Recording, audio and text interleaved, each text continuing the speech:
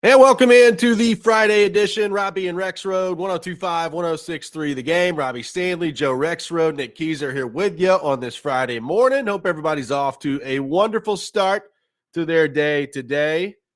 Joe, we just got back on the air yesterday, and it's already getting close to the weekend. How about that?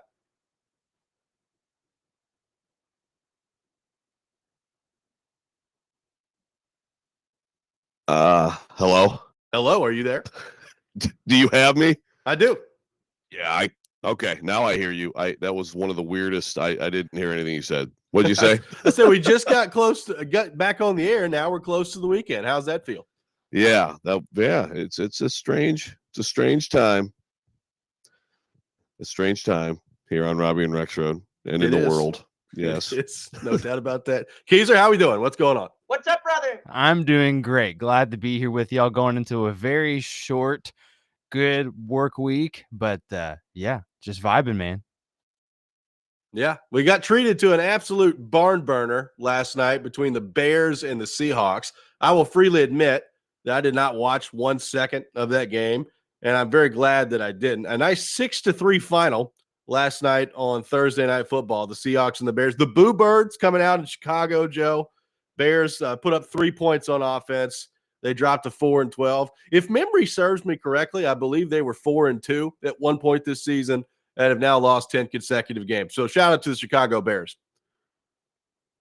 I mean, it's like I didn't watch it either. So good call by us. But I saw, like the replay of like Caleb Williams looking like, I don't know, like he wanted to leave Chicago for good, which I can't blame him. Yeah, I mean, they were 4-2, and I think that's when they were about to be 5-2 at Washington, right? I believe that's right. It was either that or like the next week. I can't remember, but it was pretty close. Yeah. Yeah. So, yeah, more, like as I've always said, my fandom may have wavered in the NFL, but my hatred for the Chicago Bears has never wavered. So, kind of liking it. I can only imagine how excited Al Michaels was for that call last night of the 6-3 final. There's been some doozies on Thursday Night Football anyway. Now, there have been some good ones. I mean, Packers Lions a few weeks ago, really good game on Thursday Night Football. We've had some good ones, but I would imagine that Al Michaels' excitement level was off the charts for that one last night. Yeah, someone should come up with like a top 10 like least enthusiastic calls from him from that game, like on 1 yard losses on 2nd and 10 and stuff like that. I'm sure that'd be awesome. Yeah, that's it. By the way, that's it for Thursday Night Football. So, yeah. Kind of, it's. I hate. Yeah, I love that we're moving toward the postseason and exciting games and everything. But gosh, then you start thinking about all that time with no football. Tough time for also last night for executive producer of our show, Pat Narduzzi. 6 overtime loss by Pitt against Toledo last night in the Game Above Sports Bowl. Toledo a 48-46 winner in 6 overtimes. Pitt thought they won the game twice in overtime. Did not happen. But 48-46 winners for Toledo last night in 6 overtimes. Joe, we got to do something about this overtime stuff in college football. It's incredibly annoying to me that this 2-point conversion contest that we delve into is just ridiculous. There was nothing wrong with college football overtime, at least in my opinion, the way it was before. And then we had like one game between Texas A&M and LSU go 7 overtimes, and everybody freaked out, and we felt like you had to change the rules.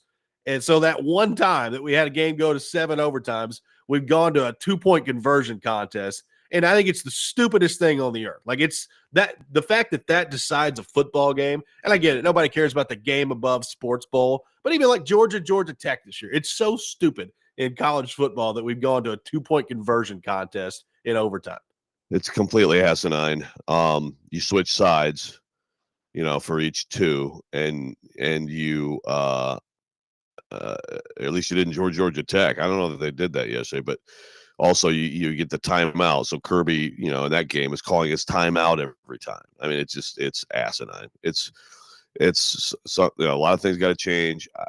And how many years have we had this? I know we had the Penn State Illinois game Have we had this since about what, 18 or 19? Has it been that long? I don't even know if it's been that long, but it's been. I mean, the Iron Bowl had it 2 years ago, right? With Milroe and them on the road. Yeah. Or was that 3 years ago? That may have been 3 years ago when Bryce Young was the quarterback. So it's been around for a little bit. Yeah. I mean, Penn State, Illinois had the whatever they had, a 9 overtime. But again, it's like not 9 overtimes. It's, it's 7 2-point plays. It's stupid. It really, really has to change. And I hope that there just has to be more momentum for it. I've heard, I know some people like player safety is often cited, and that's great. Player safety is important. Let's also acknowledge that this sport is now making teams win 17 games, like an NFL team to win a national championship.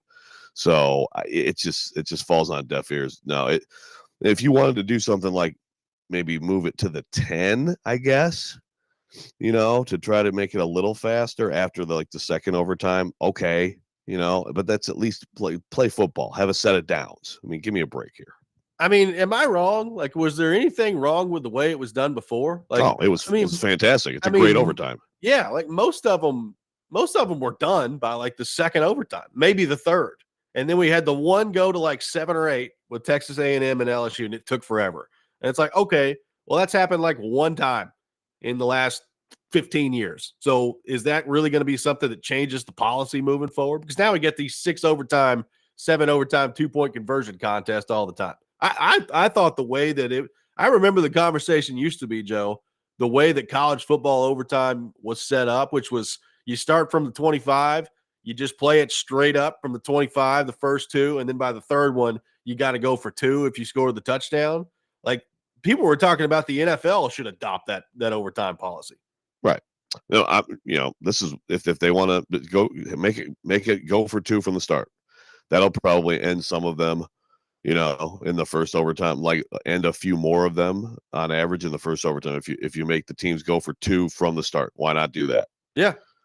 I mean, this is one of those things where it's like, and of course my mind is, on this whole home sites thing for the playoff, which, it's just going to bother the crap out of me, the next 2 years. But no, this is one that they really need to, now that we've all kind of, again, got more of a taste this year of how stupid it is, we got to change it. Yeah, no doubt about that. So congratulations to Toledo for getting it done last night in the, what bowl was that again? The Game Above Sports Bowl. Yes. How could I forget? The Game Above Sports Bowl. Well, it's the Motor City Bowl. It's the Little Caesars Bowl. It's the one in Detroit. Whatever whatever the sponsor is now. Yeah, I got to say, man, Narduzzi, they got 3rd and 1, and they had a sweet little play where it's just a little play action, like the tight end throws, and it's just the easiest touchdown. Touchdown to win in this. I guess that would have been the second overtime, right? It had to have been. Yeah. And then on 4th and goal from the 1, you go for the win against Toledo, and Narduzzi kicks it. I mean, I know I've seen some message board geniuses had a nice collage of what Pitt fans are saying right now. It's just, man, you're at the 1 yard line. I mean, that's on the place where Dan Campbell coaches every week, and you're at the 1 yard line and you kick a field goal to go to the 3rd overtime against Toledo, and you're Pitt. I mean, that's toughy. I mean, hey, how about Arkansas State getting a 38-31 win last night in the 68 Ventures Bowl against Bowling Green? Butch Jones gets Arkansas State to 8-5. How about that? Brick by brick, Arkansas State. Here they come. I thought he was going to get fired by the second game this year, but he got him to a bowl. Arkansas State's on the rise apparently. All Butch needed was a little NIL money down there, and they're getting stuff cooking at Arkansas State. Is that the deal? I have got no idea. Collective going? No Okay. clue. All right. Okay. I know about sense. 3 people good. that have gone to Arkansas State, so I would assume that maybe they're heavy contributors. Yeah, our guy Mickey. I guess is he excited? Is he contributing to the collective? I need to know. That's a good question. But I would assume that Butch Jones is probably safe now moving forward. So I thought he was going to get fired like 3 or 4 different times over the course of the last 2 years, and he never did. So maybe he's on the rise here. Could he coach himself back into a Power 4 job? Who knows? God, I hope so. It'd be hilarious. Probably not. But you know what? I mean, that Rich Rod is at West Virginia, so it's nothing's impossible. There's of course a tremendous history with Rich Rod at West Virginia, including a lot of bitter history at the end. Yes. But he's done. I just don't know that Butch has done anything at the power forward level, to warrant him getting that look at some point. But hey, it's possible. Yes. Just keep it winning, is. Butch. Some more bowl games this weekend, and then it's Tuesday night, New Year's Eve, before we get to the second round of the college football playoff. Penn State, Boise State coming up on New Year's Eve, and then on New Year's Day, Texas, Arizona State, Ohio State, Oregon, and Notre Dame, Georgia, all taking place. So a lot of bowl games this weekend, Joe, including the Birmingham Bowl with Vanderbilt and Georgia Tech. We'll get into that a little bit later in the program. Teron Davenport will be with us at 8 o'clock.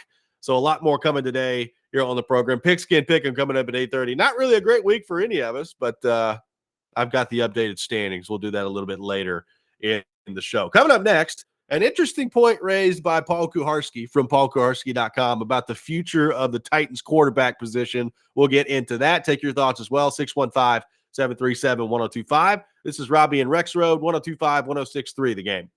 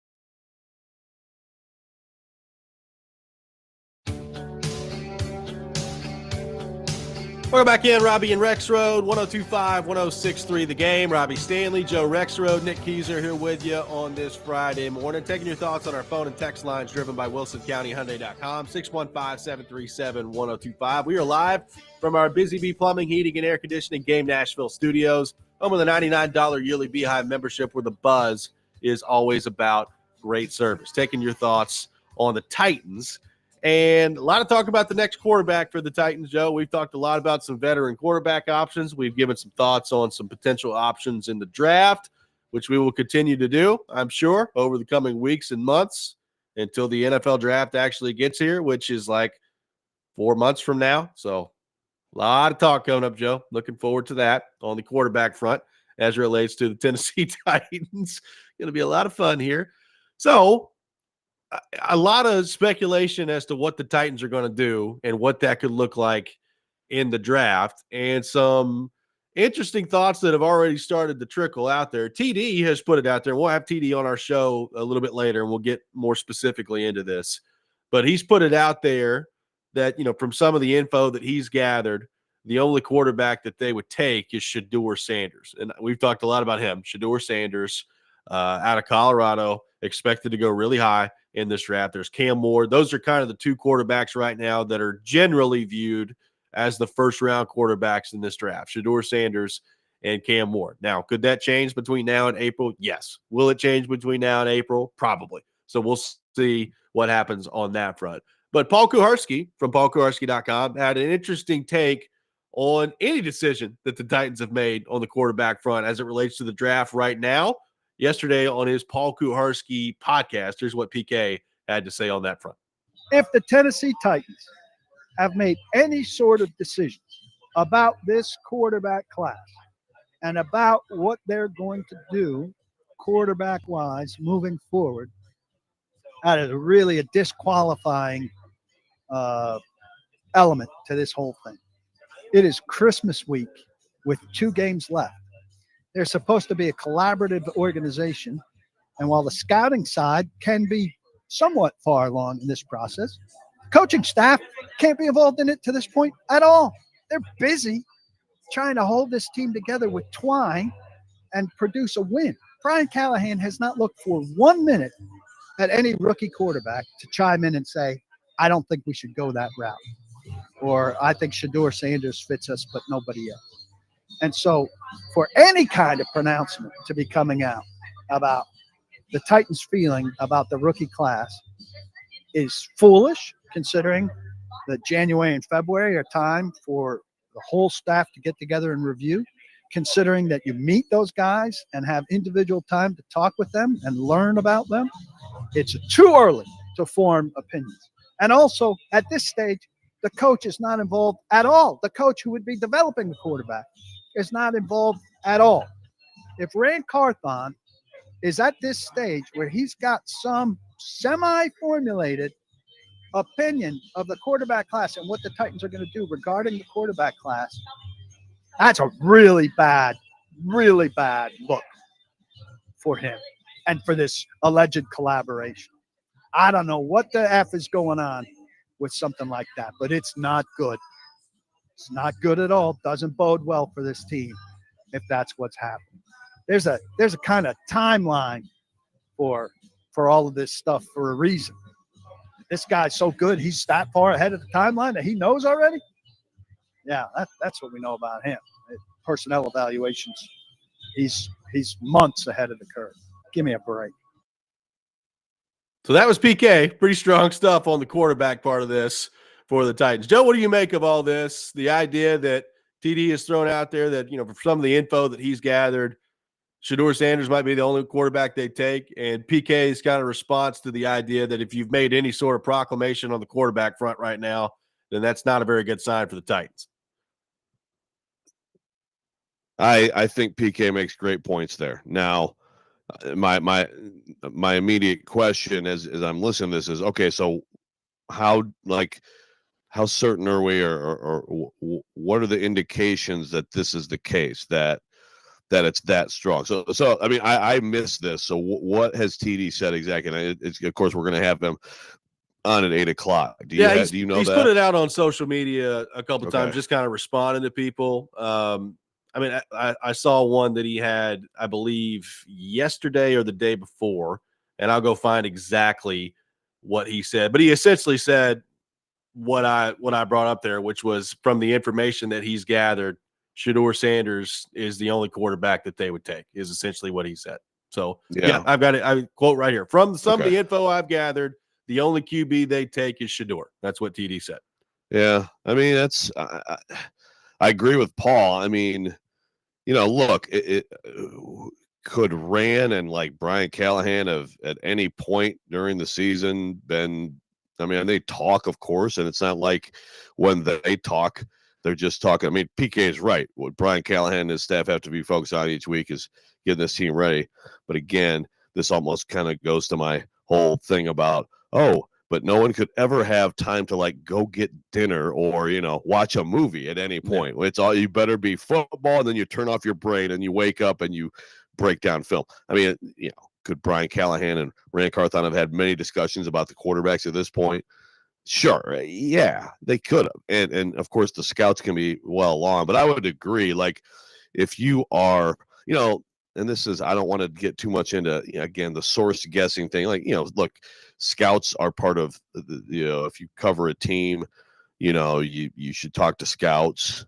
And so, like a scout, maybe a scout who's specifically been doing the work on this can have strong feelings. But again, that doesn't, I mean, what TD said does sound like it's from higher than that, right?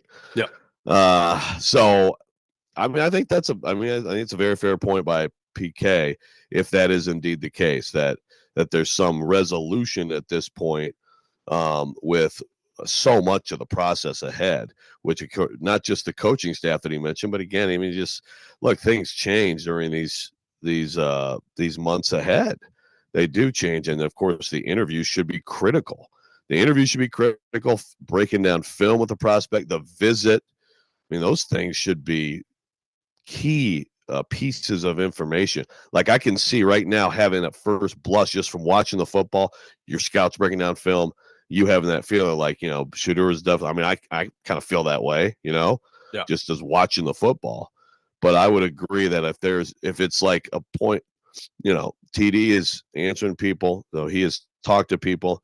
And if there is this resolution on this, here in late December, I would have to agree that that's premature and it's silly. If someone in the Titans organization wants that out there, I think that's really silly. Well, I mean, PK called it disqualifying. Like it's mind-boggling to me that you would even have that approach if you're the Titans. Right? Like you may even think that, right? Like if you're a member of that scouting department, or if you're Carthon, like you may be looking at it right now and saying, yeah, I mean, just based on the college football season that I've watched, some of the tape that we've already dove into, like I'm feeling pretty bad about this quarterback class in general, and I like Shedeur. Like maybe you're even thinking that. But like to come away with any sort of proclamation on that before you've even really begun the process with your coaching staff, where you've conducted interviews, you've talked to these players, all those things, like that to me seems, I don't even know how that would even come up at that point. Like it's one thing, Joe, at the end of the season last year when Chicago knew that they were getting the number 1 overall pick, like everybody knew that they were taking Caleb Williams, right? Like when Cincinnati ended up with the number 1 overall pick and Joe Burrow was coming out, everybody knew that the Bengals were taking Joe Burrow. So like having yourself to go through the normal draft process there, maybe it's a little bit different. But first off, you don't know where you're picking yet if you're the Titans. And number 2, like you've not really dug into these quarterbacks with your coach, who is supposed to be a big part of, like, to me, if you're keeping this coaching staff and front office together, Joe, a big part of it is, we've got pretty good faith that those guys led by Brian Callahan can identify and develop the next quarterback. So without him having time to having done any of that to this point, it would be wild to me that would be a conclusion that you'd come away with. Yeah, no, yeah, exactly. Because this is if you're picking a quarterback, then it's the same thing. And I know it didn't work out this year with Bill Callahan and offensive line personnel decisions. Didn't work out at all. But yeah, if you're keeping everybody together and you're going that route, he's got to be the most valuable voice, doesn't he? Has to be. You would think so. I Now understand there's I understand the GM's the GM, but I mean that's again, and I'm not saying he's Kyle Shanahan who has official final say in San Fran, but as a quarterback picker, he's got to be the guy. Now, I did have one other thought as it comes to this, as to what this could mean for the Tennessee Titans that I want to throw your way coming up next. We'll take your thoughts on this as well. 615-737-1025. Our phone number, 615-737-1025. If the Titans have already made a decision in terms of the quarterbacks that they would draft in the first round, is that concerning to you? We'll get more into that coming up next. Robby and Rexrode, 1025, 1063, The Game.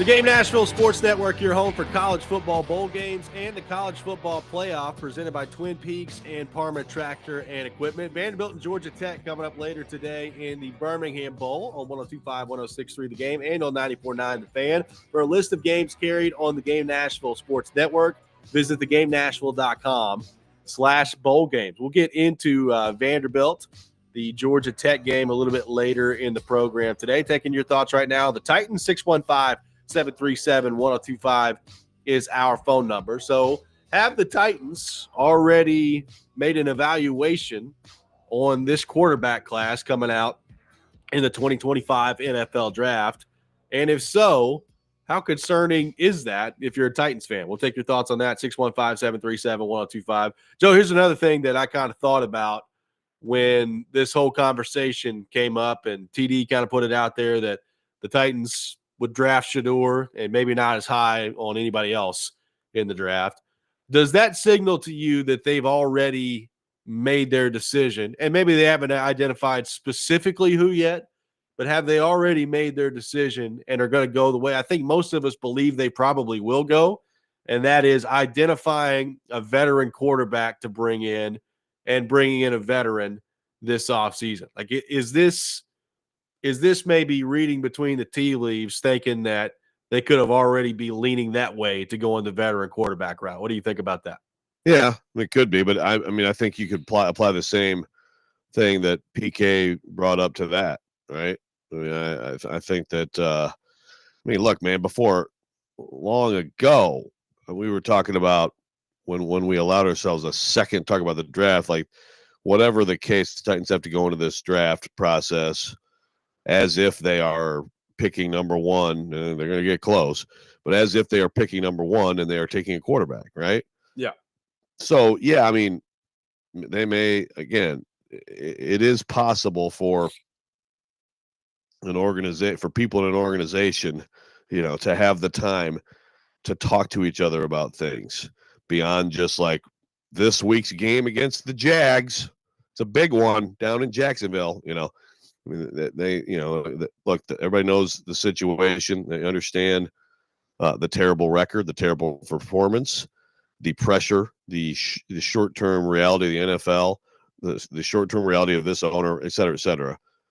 So I think it's silly to think that they all haven't talked, or, you know, like what Rand and Brian, Chad, Rand, Bryant, you know, whoever, talking about these things. It's more understandable to have some sort of an idea of what you want to do with veterans, because, you know, these veterans have been in the league. Like, I mean, there's evaluation of these guys. They played in the NFL, right? But I would still say, even if that's the lean right now, and you say, okay, this is the guy, we need to try to make this happen.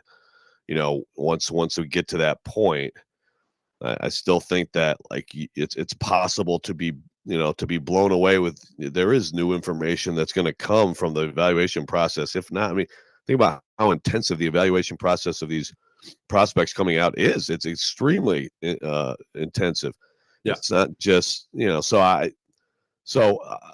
yes, I think that is possible. Maybe this speaks to that, but I think that's a little bit premature too.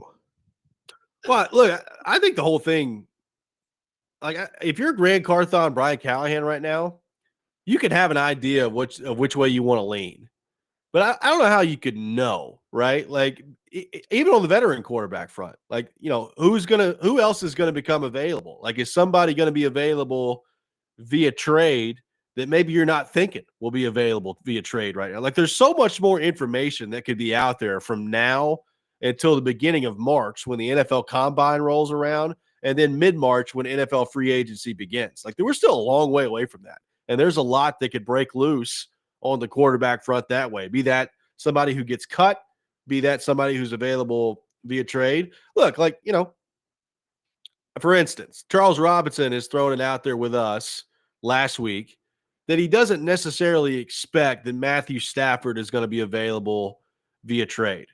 But, like, what happens if the Rams go out here, they win their division, and then they get smoked in the wild card round? Like, what do they do after that? Are they just going to run it back next year? Do they have to take a look internally with Cooper Kupp, who he also said he doesn't expect Cooper Kupp to be there next year? So how much does that change their team? Puka Nacua. Like there's a lot that could break loose that way with Matthew Stafford to the point where, look, he may get to the end of the season and look at their plan moving forward and say, yeah, I don't really want to be here anymore. Like there's a lot that could happen on that front. So like, I don't know that I would take anything right now as just gospel. Here's the other part of this. Like, how often do we get around draft time, Joe, and we hear things coming out of a building from somewhere, and you have to always put it through the lens of, all right, well, how does this benefit the team? Like, how does this benefit them from putting this out there? Is this all smoke and mirrors when it comes to the draft and they're trying to disguise their plans? You know, I would hope we're not getting too heavily into that on December the 27th, but you always have to keep that in mind when we're talking about the draft.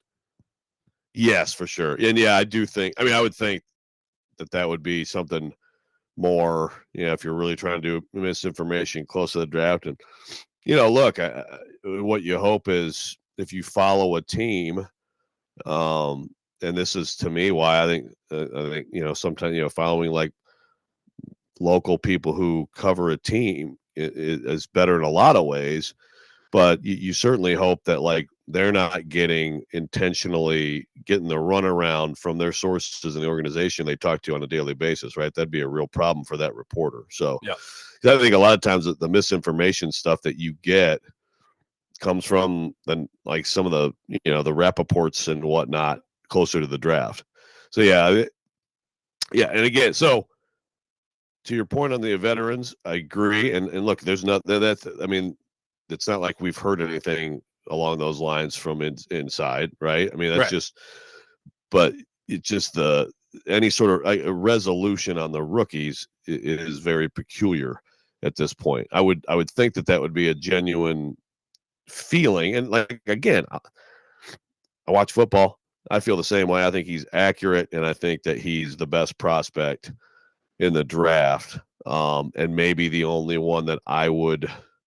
And I'm not even sure I would with him. I don't think he's a perfect prospect, but maybe the only one that I would have any sort of comfort level, you know, handing this thing over to. But again, I mean, my evaluation is very surface level compared to what these guys are charged with doing. Yeah, for sure. And you know, Cam Ward, we've talked about him. I would imagine he could be one of those guys that goes to the combine and is like, wow, look at that guy. Like if he decides to throw. Now, look, that's the other thing. Like all these quarterbacks, how many of them are going to throw nowadays? Like it doesn't happen a whole, like Caleb Williams decided last year. I mean, there's no benefit to doing that for him. So who knows what the combine situation is going to look like. You know, we can get into the pro day stuff too. I know Joe Rexrode is itching to go to the combine this year and give us a live report. So we'll look forward to that. Sure hope so. Coming up in March. But like, I think we would all agree that when you watch these quarterbacks, a lot of them have flaws, right? Like Cam Ward, we've talked about. He'll make some spectacular plays. He'll also make some boneheaded decisions. Shedeur Sanders is really, really accurate with the ball. He doesn't necessarily have like the size that you're looking for from an NFL quarterback, just in terms of, you know, your prototypical 6'5", 230 guy. But how big of a deal is that in today's NFL? I don't know. I think it's way less of a big deal now than it used to be. So what does that mean when it comes to projecting what his NFL future looks like? I don't know. I just keep coming back to this. Like if you're this specific front office and this coaching staff, like how important is showing significant improvement in the win-loss column next year? Like, can you talk yourself in with Amy Adams-Strunk to, well, this is going to be a process and we're going to draft a rookie and it may take a couple years to get back up to being competitive? Or is it a situation next year where you better win 7, 8, 9 games, get yourself back in the mix in the division, or you're going to be toast? Because if that's the case, like it's really hard for me to picture them going with a rookie quarterback. Like if they've got a pretty good sense that their job is on the line, like I still think veteran quarterback. If I was assigning a percentage to it right now, if whether or not the Titans were going to draft a quarterback that was going to play, or that they were going to go with a veteran quarterback as their starter for next year, I mean, I'm going like 75, 80% in the veteran quarterback. That's just my initial read on it right now. Yeah, I'd guess that too. Ethan from Lawrenceburg, text line driven by WilsonCounty.com, says there's no way Amy has told them no QB in the first round, right? I would hope not. I mean, again, if we're all going to wait when the season ends to see if there's either any firings or a statement from her on firings or not firings, right? Yep. But I mean, if you're the owner of a team and your people who you've hired and are paying millions to build a football team, you tell them something like that, I mean, you're not giving them a chance to do their job. And I mean, so if she's done something like that, you guys better buckle up because it's going to be a rough ride from here on out. yeah, I mean, and look, obviously, it's gotten bumpy as hell, because of some stuff that she's done. But I still would be surprised to hear that she wouldn't let the people she has hired do their job. That's the top shelf meddling owner that typically is going to have a lot of non-success. No doubt about it. 615-737-1025, our phone number. We'll have more on the Titans and the future of the quarterback position coming up next. You're listening to Robby and Rexrode, 1025, 1063, The Game.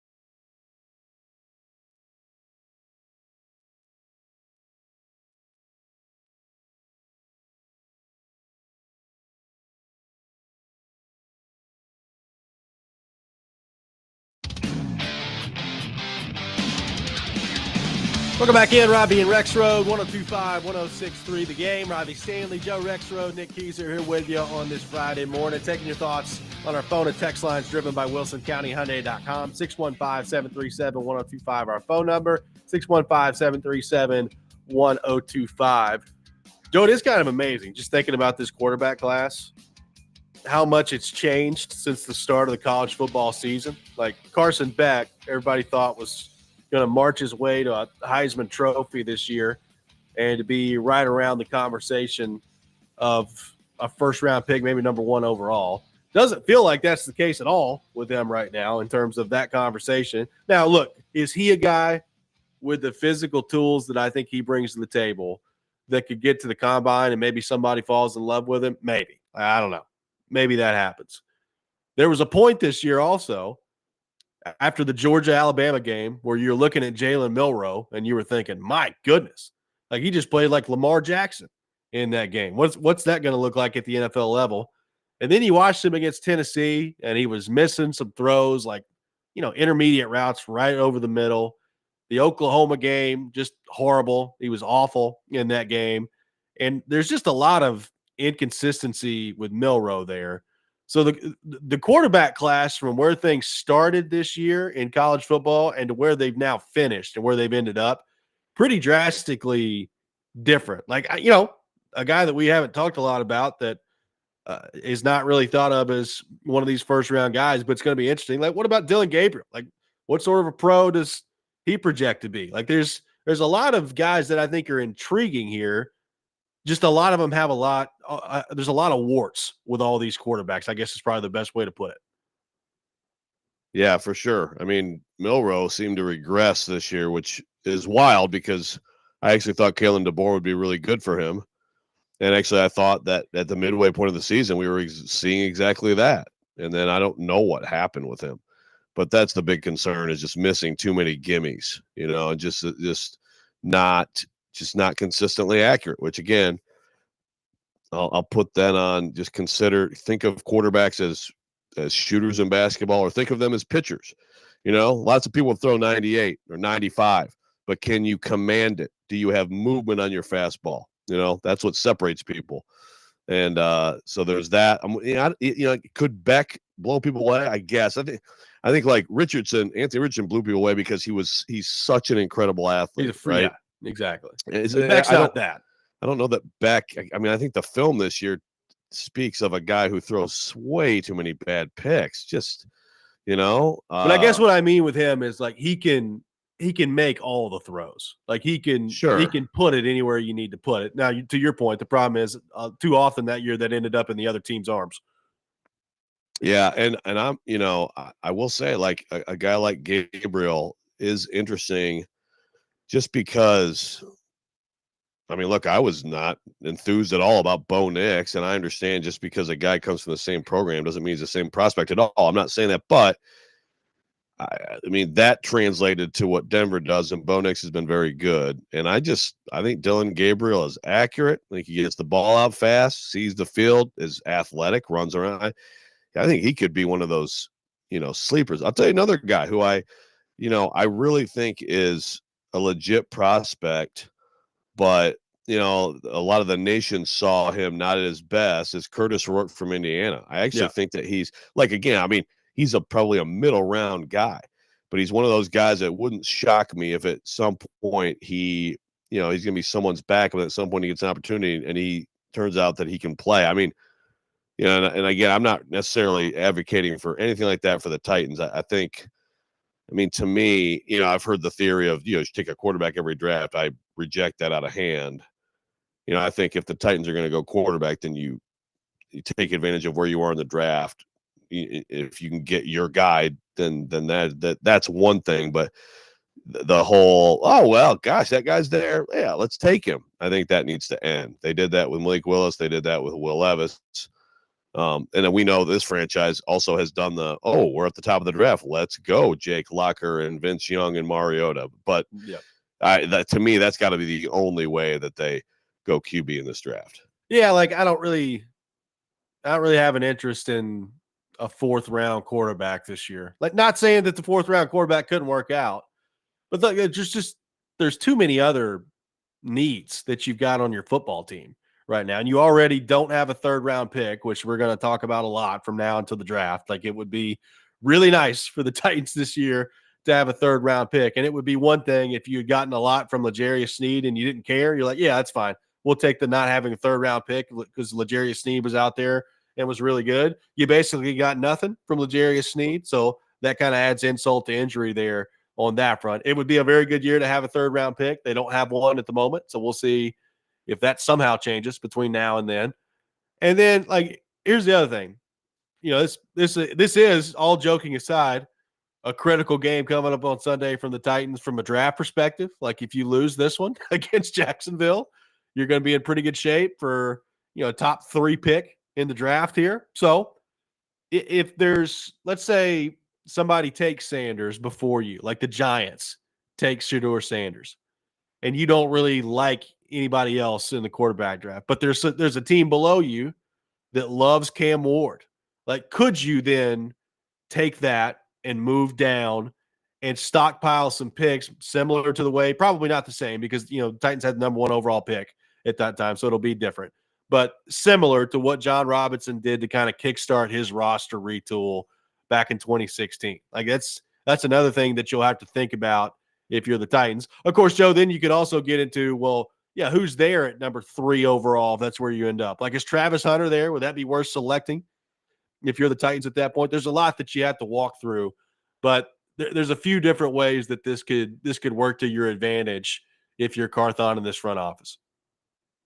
Yeah, I mean, if you happen to get 3, and we've talked about like the Patriots obviously not going QB at 2. Yeah. If they're 2 and someone really covets that second QB who didn't go, then yeah, you might be in good shape. But like you said, there is also, if Travis Hunter's there, I mean, that's an appealing possibility. I mean, I think he's going to be a dynamite player in the league. But yeah, I mean, I think if someone really coveted that QB, then it would be hard to resist moving down. It is interesting, think about what Charles said about this draft, and just how it's just not good overall. Like, people just don't think that this draft is very good. So yeah. if you drop down to the second half of the draft, are you amid a bunch of guys, none of whom have first round grades? Maybe, but I mean, but if it's also like a huge crop of people similarly graded well into like the second round, and you can pick up 3 or 4 of them, then okay, you need that.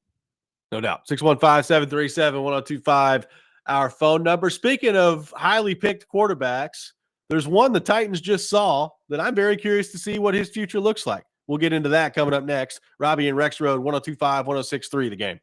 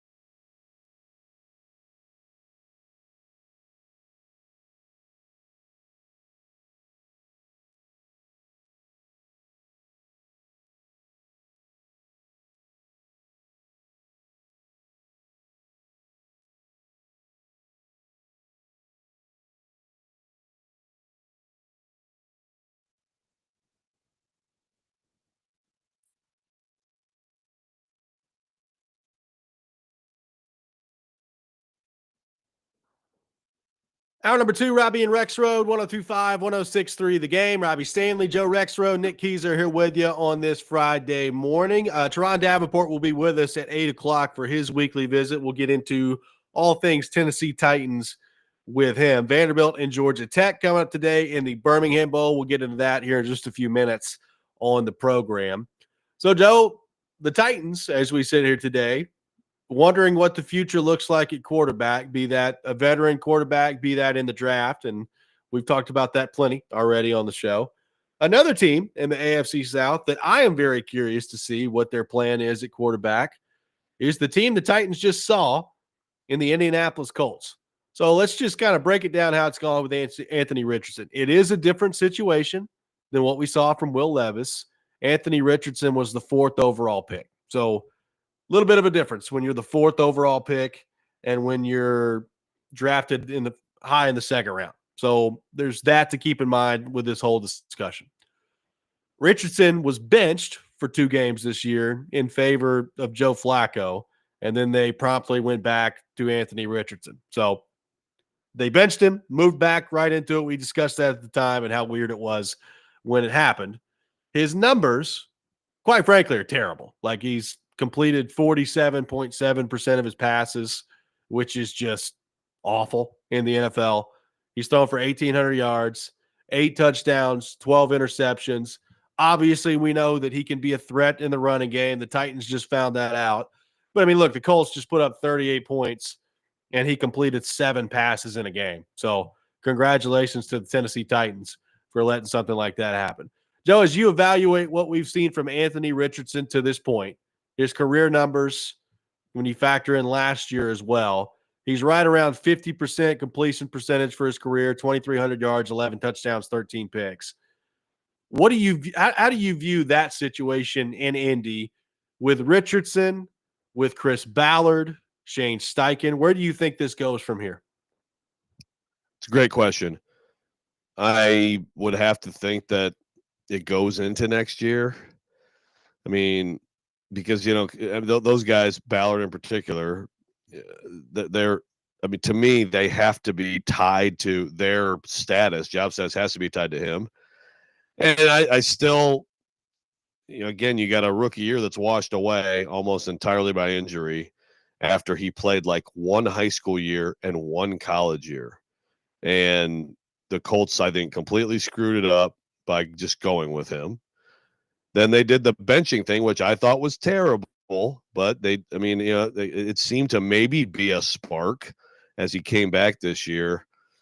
But the bottom line is he's played now basically a season of football, right? Between the benching and the injury last year, he has played now a season of high school, a season of college, and a season of pro. Doesn't mean I'm optimistic that it's all going to come together for him, but I wouldn't give up yet.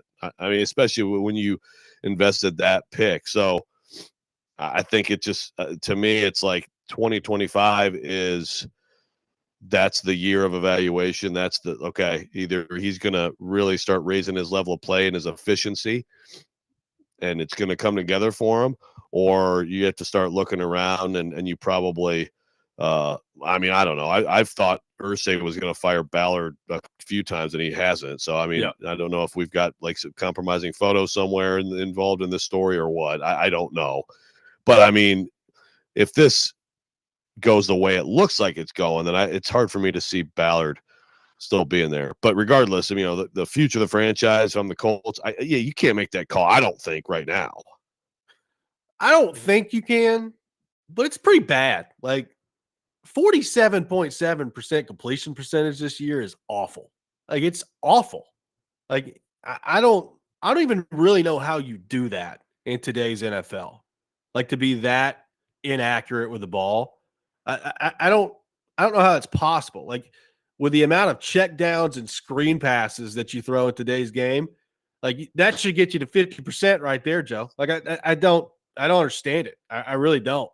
So, I mean, I think because of where he was drafted, you probably have to go 1 more year. Now, having said that, I mean, we've seen quarterbacks that get given up on way earlier than they used to. I mean, look, Bryce Young got benched this year too. Now he's come back and started to play well. So My guess is he's probably going to be the quarterback for Carolina next year, and then they'll see what that looks like. I guess that's what you do with Anthony Richardson too, but he's got to get a lot better. Like, it's not just that he's got to make incremental improvements. He's got to get a lot better for them to feel good about where they're headed with him as quarterback. So look, they're kind of in similar discussion with some of these other teams we talk about when it comes to their owner. Sometimes he can be a little wacky, and we don't really know what's going to happen there. But I would assume that this whole thing is coming back for another year, and you just see where you go from there. I'm pretty stunned, even as raw as he was coming out of college, and we talked about that at the time. To me, it made no sense to play him out of the gate, and they did it. As raw as he was coming out of college, it's stunning to me how inaccurate he is with the football. Yeah, and that it's history tells us that most people there's only so much you can do about that. But like you mentioned, Bryce Young, you think about the difference in and I've been stunned. Obviously, I'm a Bryce Young homer all the way. I mean, I never thought there'd be any struggles for him, and I still think if he was in a better situation, he could have hit the ground running as a rookie. But think about how different those two were in terms of just overall readiness. And I mean, Bryce Young was a polished, and Stroud too, accurate, commanding an offense quarterback coming in the NFL. And Richardson just wasn't at all, But yeah, I mean, to your point, just missing. I mean, I saw him in person, and he had bad numbers, and I thought he played really well. He had some drops, and he had bad luck on the day I saw, and I was like, man, you can see it with this guy. There's a lot of, you can see it, and then every game you'll have a handful of players you're like, gee, like that throw or that, that run, I mean, he's a weapon. But yes, if the accuracy can't improve dramatically, you're just not going to be efficient enough in today's game. So I would say it doesn't look great. I mean, if you're a Colts fan, you have to be really concerned about where this is heading. But I'd also, as a Colts fan, I would not want the plug pulled right now. You know how these Colts fans operate, right? Like they're already looking ahead to Arch. I've seen a lot of, had a great run with Peyton. Didn't last as long as we wanted to with Andrew Luck, but we really can't wait for Arch to get in here and to be the next guy. A lot of Arch talk that I've seen from Colts fans. Okay, yeah, I mean, I imagine there's a lot of Arch talk from a lot of fan bases. The Arch Manning thing is like, I understand his family. Like, we can't just assume that he's going to be a great quarterback in the NFL. I mean, Quinn Ewers is a pretty good quarterback. He's pretty good. If Arch Manning was destined to be the number 1 overall pick next year, would he not have surpassed Quinn Ewers' performance at this point? I feel like he might have. He comes in and he makes a great run, but if you watch him when he played his full, or played, like the game and a half of this year, I mean, he's got a lot of work to do, man. I don't know that he's going to be great, but his name is Arch Manning, so I get it. Noted Arch Manning hater Joe Rexrode stepping up to the plate. I feel bad for him because seriously, if he's not the number 1 pick and not like a Pro Bowler in year 2, then what a disappointment because of his last name. I know. It's ridiculous. Well, and again, everybody keeps assuming that he's coming out in the 26th draft. I mean, none of his family has done that, has come out without staying their entire allotment of college. So, look, that doesn't guarantee that he does. Like, maybe he starts for Texas next year, and he just rolls through everything, wins the Heisman, they win the national championship, and it's clear that he's NFL ready, and he goes. I'm not going to say that can't happen.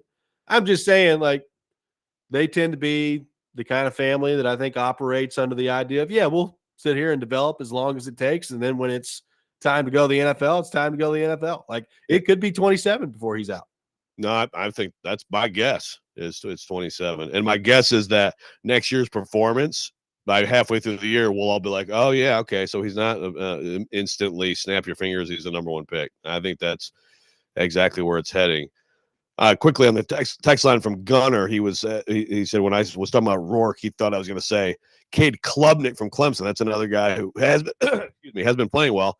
I don't think he's coming out, though. I think Cade Klubnik and Clemson will be back together next year. That's my guess. And I mean, he's gotten better. There's no doubt. I mean, I think he's some level of prospect. We'll see how much. Ed asked if Aaron Rodgers, the Titans get Aaron Rodgers, will I go to camp? If I'm low on hallucinogens, yes, Ed. I absolutely will. We know a guy. 615-737-1025, our phone number. 615-737-1025. Coming up next, Vanderbilt taking on Georgia Tech today in the Birmingham Bowl. We'll look at that matchup and throw this question out there. What does this year mean for Clark Lee and the Vanderbilt football program moving forward? Can they sustain this? Can they build on this? We'll get into all that next. Robby and Rexrode, 102.5, 106.3, The Game.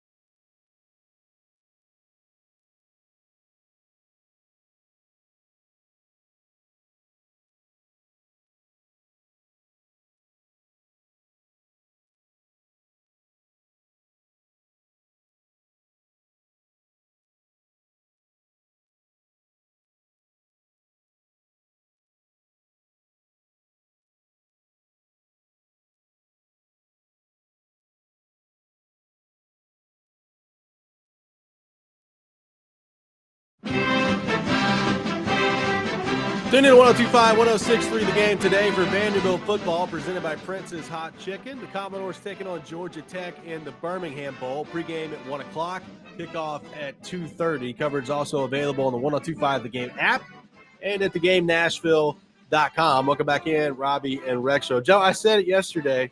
I am legitimately excited for a bowl game that's not the college football playoff. I am excited to watch Georgia Tech and Vanderbilt. I think it's got a chance to be a really good game.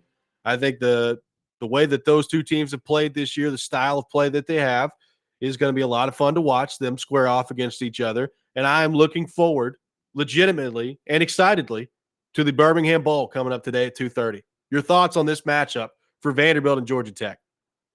I'm with you. Should be a lot of fun. Also, should be like a 3-hour game. I mean, I think both of these teams are going to have success offensively, have drives that chew up clock and run the football. And so I think we might actually get, college football keeps trying, it claims, to shorten these games. And I think these two teams are going to give us just like, the NFL is like a freaking clockwork, Now, granted, last night's game, I wish, and not that I watch it, but I wish it was a half hour long. It should not have been 3 hours, but 40 seconds, yeah. Yeah, just give us the highlights of Caleb Williams falling down and dreaming of being somewhere else other than Chicago.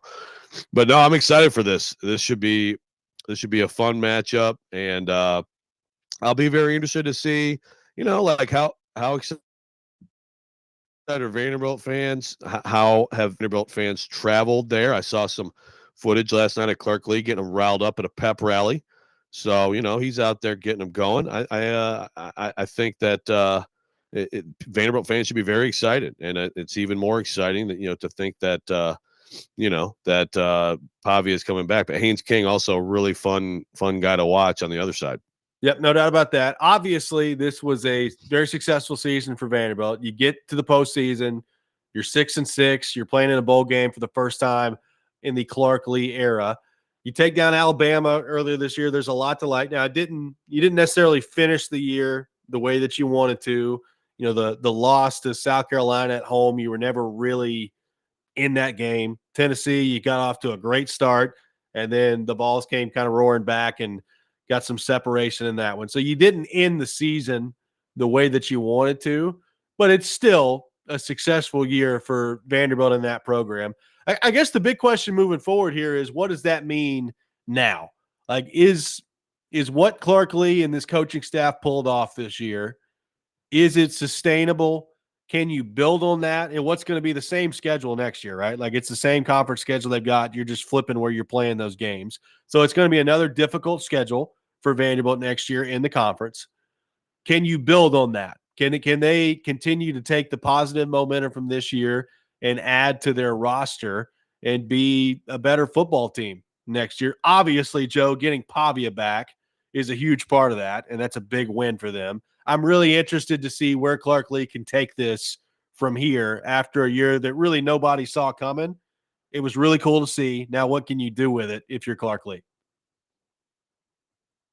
Yeah, and it looks like they've already had some success here in the portal. Yep. By the way, shout out to my son's friend and former teammate at Nolensville High, Chance Fitzgerald, transfer from Virginia Tech, coming back home. Yes. Good job by Vanderbilt getting him. I mean, they need some playmaking at receiver, and I think he's going to help, and they got some help on defense. So,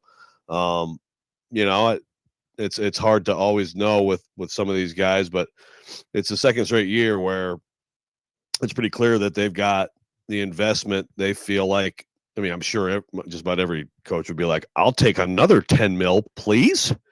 But they've got a level of investment to where they can keep adding to this roster and become more competitive. Look, I know I'm talking to people over there. Look, man, they think that with everything they have going for them, obviously the facilities are now coming together and they're no longer an eyesore or embarrassment over there. The donors are energized. Clark Lee has flipped the narrative for sure on his own coaching tenure. Obviously, the last offseason, there was a stroke of genius, what he did, even though at the time it was like, really? That's what you're going to do? And it turned out like they feel like they can get to themselves to the point of being a playoff contender, of having a chance to get into the 12-team playoff at some point. I know that, that sounds laughable to some. I also noticed on Message Board Geniuses the other day that they had somebody was like on some Texas A&M site was like, well, Stanford and Harvard are about to win every national title because they have all these billionaire alums. Bye, we're screwed. Get ready.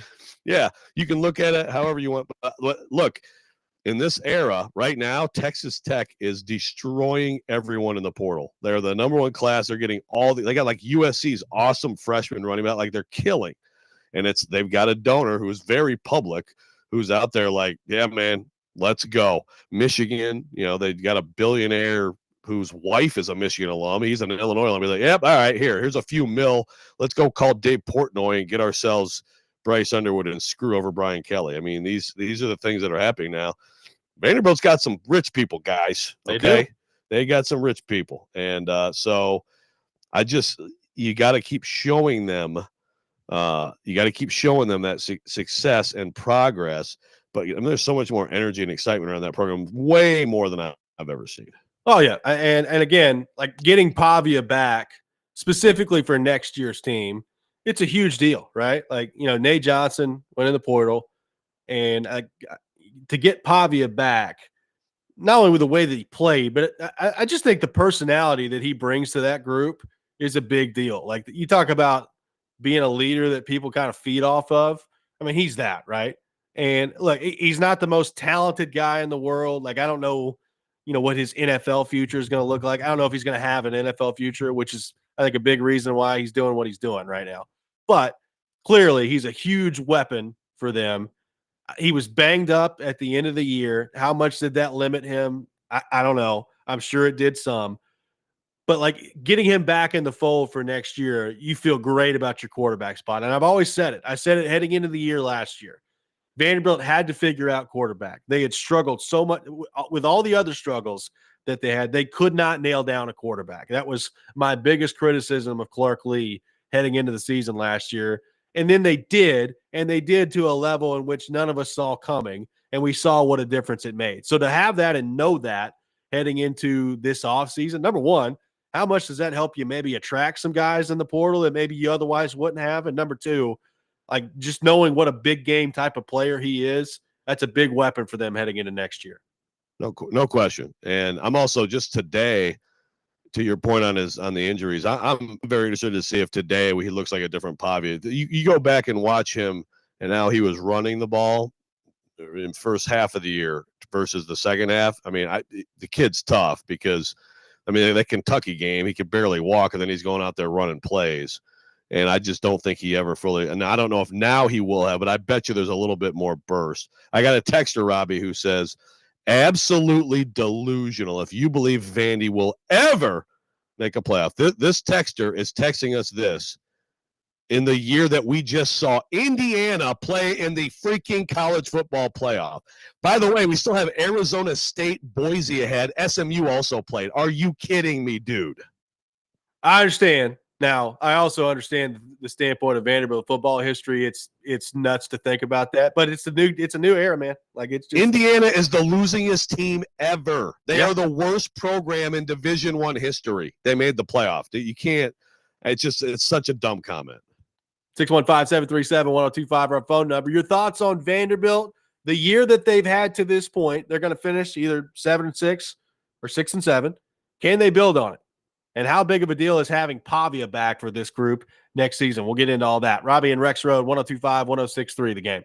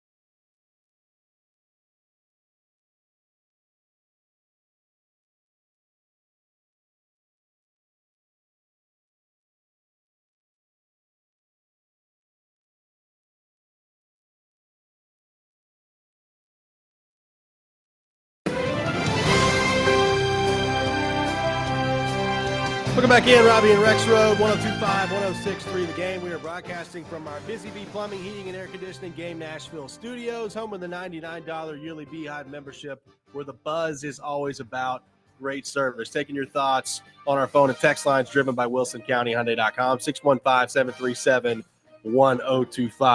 By the way, the Rob rant going up here in about 12 to 13 minutes.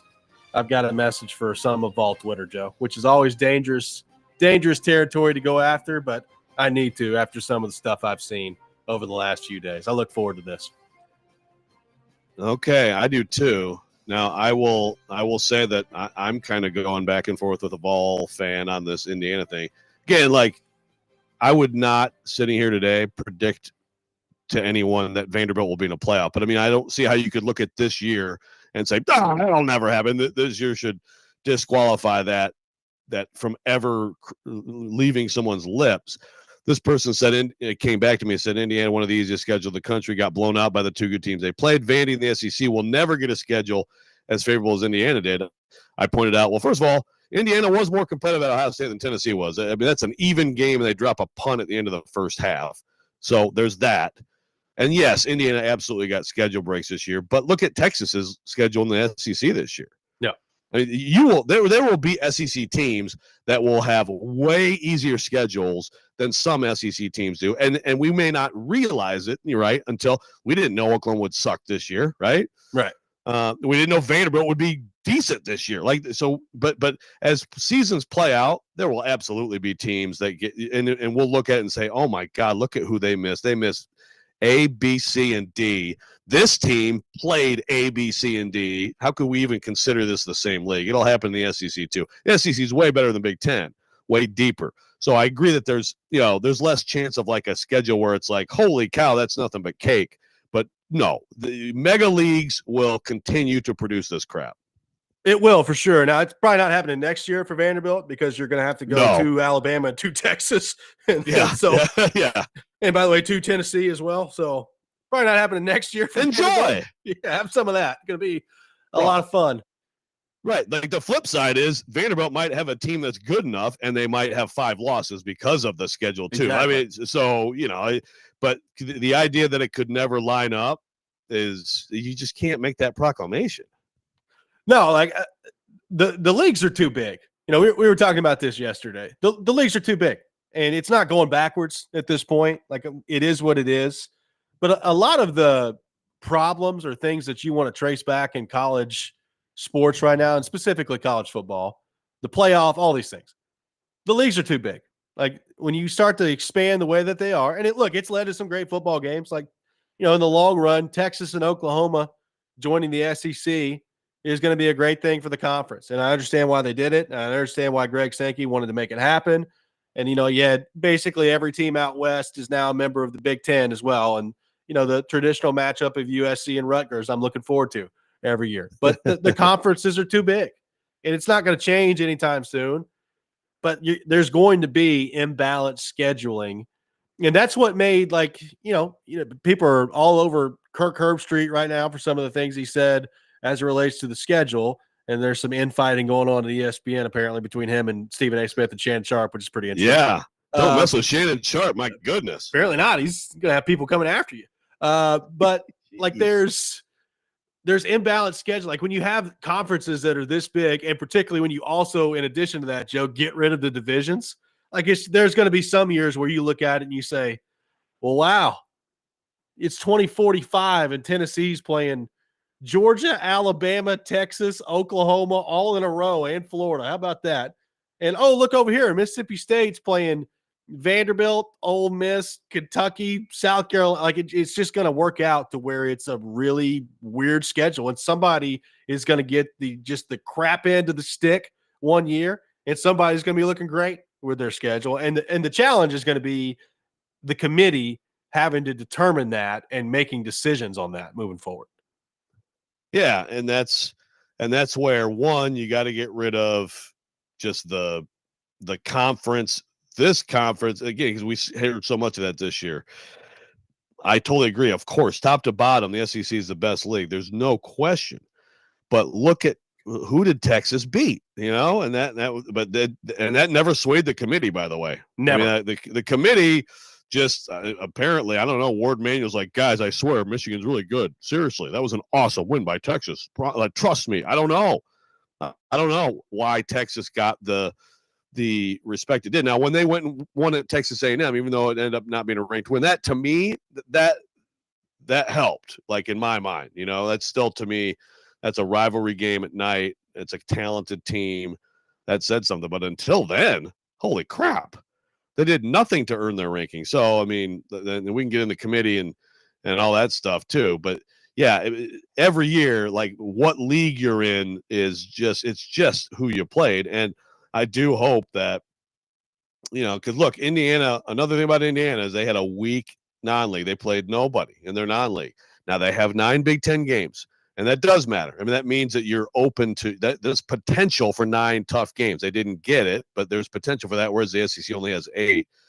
But, the idea that any of this is going to result in team scheduling weaker, that's exactly the opposite of what the whole idea is. So that's something to keep in mind here. And that's not, by the way, Curt Cignetti who did that. That's his predecessor who got rid of the Louisville game. They would have beat Louisville by double digits this year, and they would have been way better off had that game been played. But of course, it wasn't. Yeah. Here's the other thing that, like, when we're talking next step for Vanderbilt, of the most surprising results in college football this year, Joe, there's a lot to sift through. It was a wild year in college football. Northern Illinois taking down Notre Dame is probably at the top of the list, somewhere on the list, and I'm not exactly sure where. But like Vanderbilt losing to Georgia State is somewhere on that list. Like, it's still inexplicable to me that happened this year. And we talk about taking the next step. Like, they got a nice win against Virginia Tech. They're going to Virginia Tech next year, so as a part of the home and home.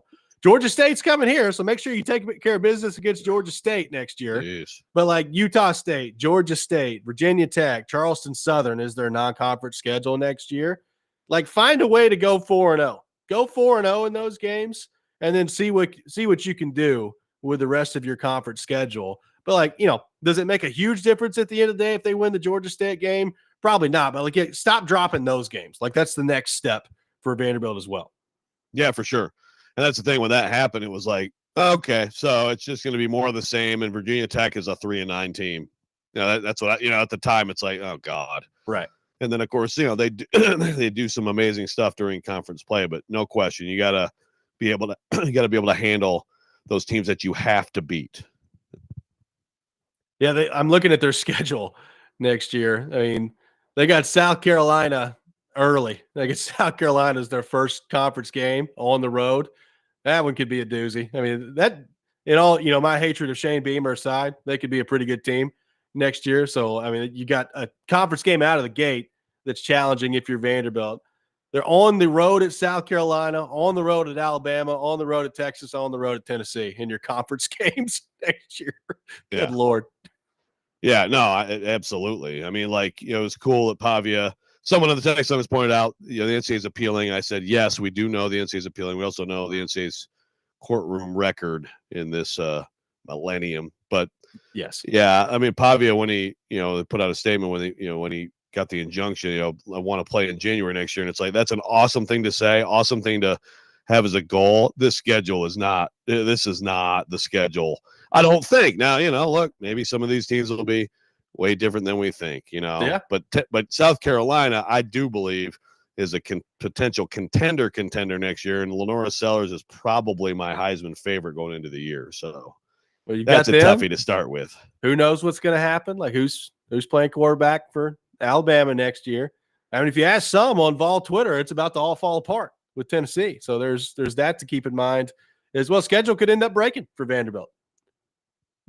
Hey, I mean, yeah, some of those teams, but seriously, I don't know how good Alabama's going to be. I mean, my goodness, Kalen DeBoer, how the hell do you miss the 12-team playoff in your first year? I mean, with what you had coming back. So some of these teams we have a lot of questions and a lot to find out. Arch Manning, like I said earlier, I mean, he's a great athlete. He's a talented guy.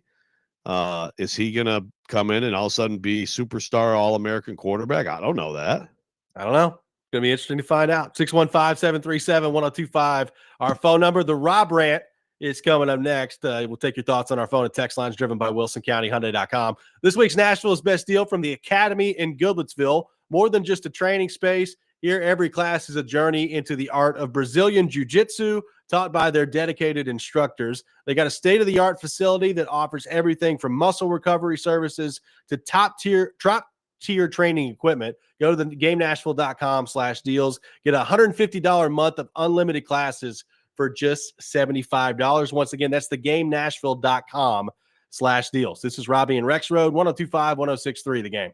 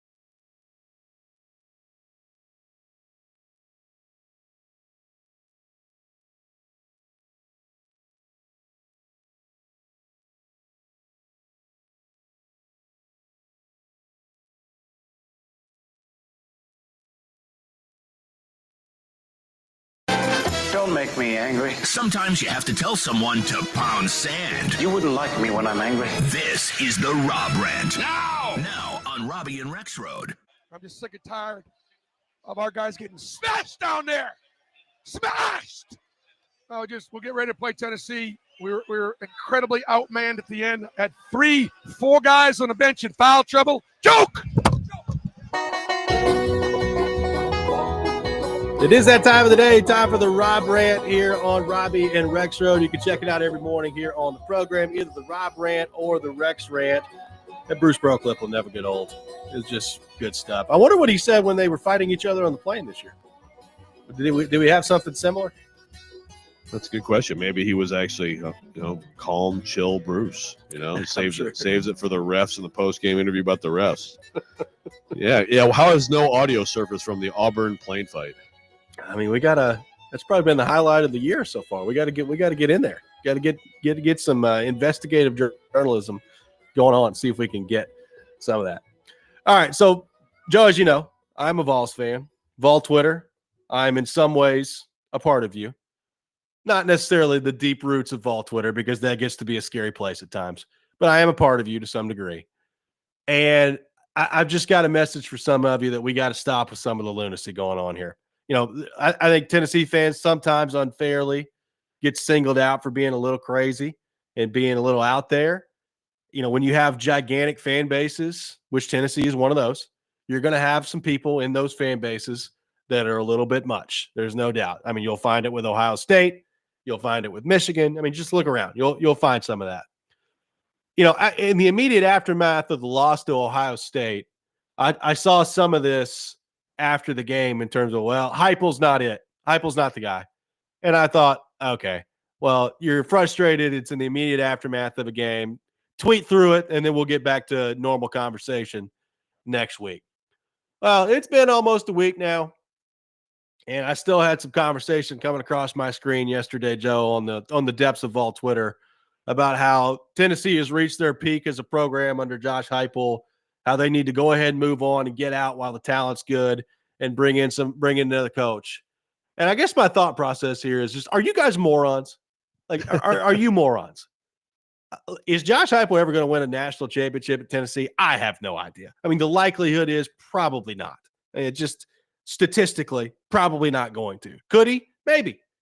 Like this year, regardless of how disappointing it was getting your doors blown off by Ohio State, this year, I would think unquestionably a success. Like, you made the college football playoff for the first time. I realize it's 12 teams now, and it's a little bit easier to do than it used to be. But you made the college football playoff. You still have some pretty good recruiting going on. Yes, they've lost some guys in the transfer portal. Look, this is a problem, I think, in college football in general. Like, the playoff teams and the portal going on at the same time is not really a good combination. It's not. I think they've got to find a better system for this in terms of when the portal becomes available. The problem is I just don't know how you do that moving forward here. So it's a problem right now in college football. And yeah, they've lost some guys. They're going to add some in the portal too. They're going to get some offensive linemen in. I would assume they're going to go look for a wide receiver or two in the portal. So on that front, let's just kind of wait and see what the picture looks like when it's complete before we make a judgment on the transfer portal stuff. And number two, do you realize where you've been as a program the last 20 years? Like, do you realize that? I understand. Like, you want to win a national championship. I got it. I'm right there with you. Is Josh Heupel going to be the guy to do that? I don't know. Like, maybe the 12-team playoff is his ceiling, and maybe he's never going to actually be like in the semis or in the championship game competing for a championship. I don't know. Like, to sit here and act like you know that now is asinine. Like, they've been building ever since he got here. This was his 4th year. The program was in shambles when he took over. There were all kinds of recruiting restrictions. The last staff was abysmal. You won 11 games his 2nd year. You got to the college football playoff in his 4th year. You've got a quarterback that, while he probably didn't play as well this year as many hoped, I think we kind of saw that some of the expectations for him coming into this year were completely unrealistic. Like, there's a lot to like about Josh Heupel and the job that he's done. And I know that I'm probably speaking to a minority of Tennessee fans here who are feeling this way. But let's try to be a little bit smarter in some of these discussions here. No, it's not time to move on from Josh Heupel after they lost in the first round of the freaking 12-team playoff in the first year of its existence, Joe. Yeah, it's a toughie. That one deserves message board geniuses if it hasn't made it already. As Nate points out on the text line, so what if you get out while the talent's good? What do you think is going to happen if he leaves? And the talent will not be good. The talent will be in the portal. Also, like who are you hiring? Yeah, I mean who I mean it's like, hey man, I guess if like John Gruden, who did confirm that he and John Curry talked. He did recently on I think it was like a Barstool thing. Yeah, but there's who is it out there that's like, oh yes, that that's the ticket. Like I think that there's a fair, like at some point. Look, I think does the ceiling become clear and it's like, okay, maybe. Well, it levels off and okay. I mean, I think at some point the discussion could happen. We may get there. We're not there yet. No, I mean it's been 4 years, and it's pretty incredible actually what he's done.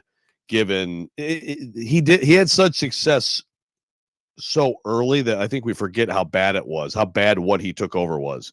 Like it was a disaster of a program in the sport, disaster, like a running joke of a program. Yeah. And in 4 years, he's done some pretty remarkable things. So I think he has to look at some things for sure. We've talked about offensive line recruiting, defensive back recruiting, some of the position coaches, OC, DC. I mean, I think all of it deserves scrutiny this offseason. See where he can make some possibly have to make some tough decisions. He makes the decisions, but a decision on him. I mean, tell that to Danny White, he'd laugh at you. Yeah, I mean, look, I think with Joey Halsley at offensive coordinator, we've talked about that earlier this week. There's some things that they've got to fix as they move forward here, if they're going to take the jump from really good team to elite team. Now, some of that also comes down to recruiting, Joe. Like they're recruiting well. They're not recruiting like top 3, top 4 in the country well. Now, how important is that now compared to what it was 5 years ago? Probably not as important because you can add in the portal, but it's still pretty darn important. Like you've got to be able to recruit at a really high level. And their roster, I think we've seen their roster has gotten to the point where it's pretty darn good. It's not elite. Like there's still some work to do to get themselves to an elite roster. So look, maybe this time 2-3 years from now, we're looking at it and we're saying, you know what? They have reached their ceiling. But to think that you can come to that conclusion now and like seriously entertain that conversation to me is laughable. And that's where, for the small portion of the Tennessee fan base that is doing that right now, that's where when people reach out and call you idiots, which I think a lot of times is undeserved. This one's not undeserved. Don't be idiots about this, please. The texter says, if every UT fan was as level-headed as Robby, UT wouldn't be as hated as they are. Of course, this same texter, last text says, does Joe think all these clowns should be fired yet, or is he still a fanboy? So I don't know whether to take this texter seriously or not. Joel says, preach, Reverend Stanley. Heupel has done wonders from where the program was at. He does have to learn some things from this and adjust. Which, again, like, I mean, I'd like to see some offensive linemen because that's an evaluation development position. Yes. And now we're at the point where, okay, it's time for some guys who can play at the high level that you've recruited. I do think we're seeing some of that with DB recruiting. I got to see it offensive line. And again, like we talked about this the other day, but Mike Matthews, he needs to become a star. Yes, that is a huge recruiting win, huge need on the outside for them. And Nico needs someone who is a terror for defenses, and so they need some of that for sure. I mean, I think they've obviously done an amazing job with their defensive front, both high school and portal. And they've had great backs throughout his time. And look, if Nico is going to take a huge step, then I think next year we're talking about more than just making the 12 team potentially.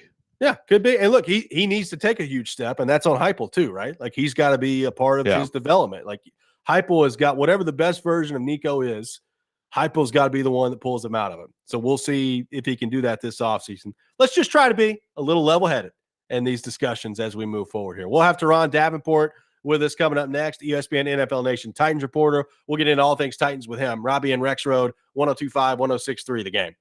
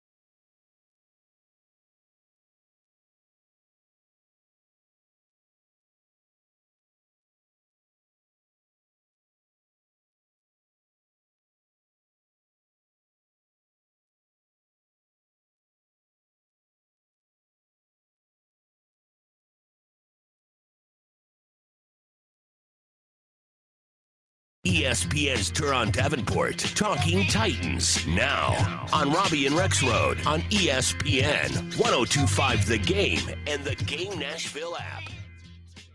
It is that time of the week. We head to our 102.5 The Game phone line, driven by WilsonCountyHyundai.com, and welcome in our man, Turon Davenport, ESPN NFL Nation Titans reporter, host of Talking with TD, Jake and TD as well. He does it all. TD, Merry Christmas to you and your family. Hope you had a great one. Thanks for taking time to be with us this morning. All right, for sure, man. Merry Christmas. I hope everyone else had a great one, for sure. Definitely good to come on, man. How you guys doing? We're awesome, man. Appreciate you taking time to be with us. So, TD, I want to start with quarterback here. We've gone over a lot of options, as you might expect, over the last couple of weeks here. And looking specifically at the draft right now, what are you hearing? What is some information that you're gathering in terms of the Titans and what their potential interest in some of these quarterbacks that will be coming out in the draft this year could be? Yeah, well, when you talk about the high draft pick, it's pretty much Shedeur Sanders or no one. And I think the reasoning is because of how NFL ready he is, and he's a guy that can come in and contribute immediately. I've said it before, he reminds me a lot of C.J. Stroud, so I understand their perspective there. And you look at the other guys, I mean, outside of Cam Ward, there probably isn't a guy that would be selected that high. But right now, it's pretty much Shedeur or bust. Yeah, so TD, PK, I think commented on this, and I would tend to agree just because I feel like Brian Callahan is a guy who, like, if they are evaluating QBs, he's the number one voice to me that matters. Isn't it early for them to know that it's Shedeur or bust? Yeah, well, here's the thing. When I say that, I'm not saying like that's the cement. Hey, look, this is it. Cancel the rest of the draft season. We're not even going to look at everybody else. I'm not saying that that's what they're saying. I'm saying right now, what I've been told is the primary interest and the guy that they're really only truly interested in is Shedeur Sanders. Now, as you go through the draft season, that could change, and that's the thing. Like, I'm not sure why it's hard to understand that right now. That's where they are. So if you compared just based on the information you have, the likelihood of that, and of course we don't know where their draft position, we don't know what's going to happen at the end, we don't know like the opportunity, but let's say they are in a favorable spot to maybe get a Shedeur as compared to a veteran. Like right now, would you guess next year their primary QB is a rookie or a veteran? I would guess it's more of a veteran, to be honest with you, because I don't think they're going to be in position to draft Sanders anyway. And I think it's easier, not easier, but it's more, like, if my job is on the line, I would be more inclined to go with a veteran over a rookie in this case. Now, obviously, you still have to see what veterans are available, but I think, when you look at the grand scheme of things, they have to come out next year, like, ready to go and with success. Otherwise, their jobs will probably be over. So, TD, we've gone through a bunch of different names. We've heard you talk about Derek Carr, which is not a bad idea at all. I'm curious your thoughts on Aaron Rodgers. So Rodgers, I don't know what his future looks like with the Jets. I'm interested to see who they hire, both at general manager and coach, to see where they go from here.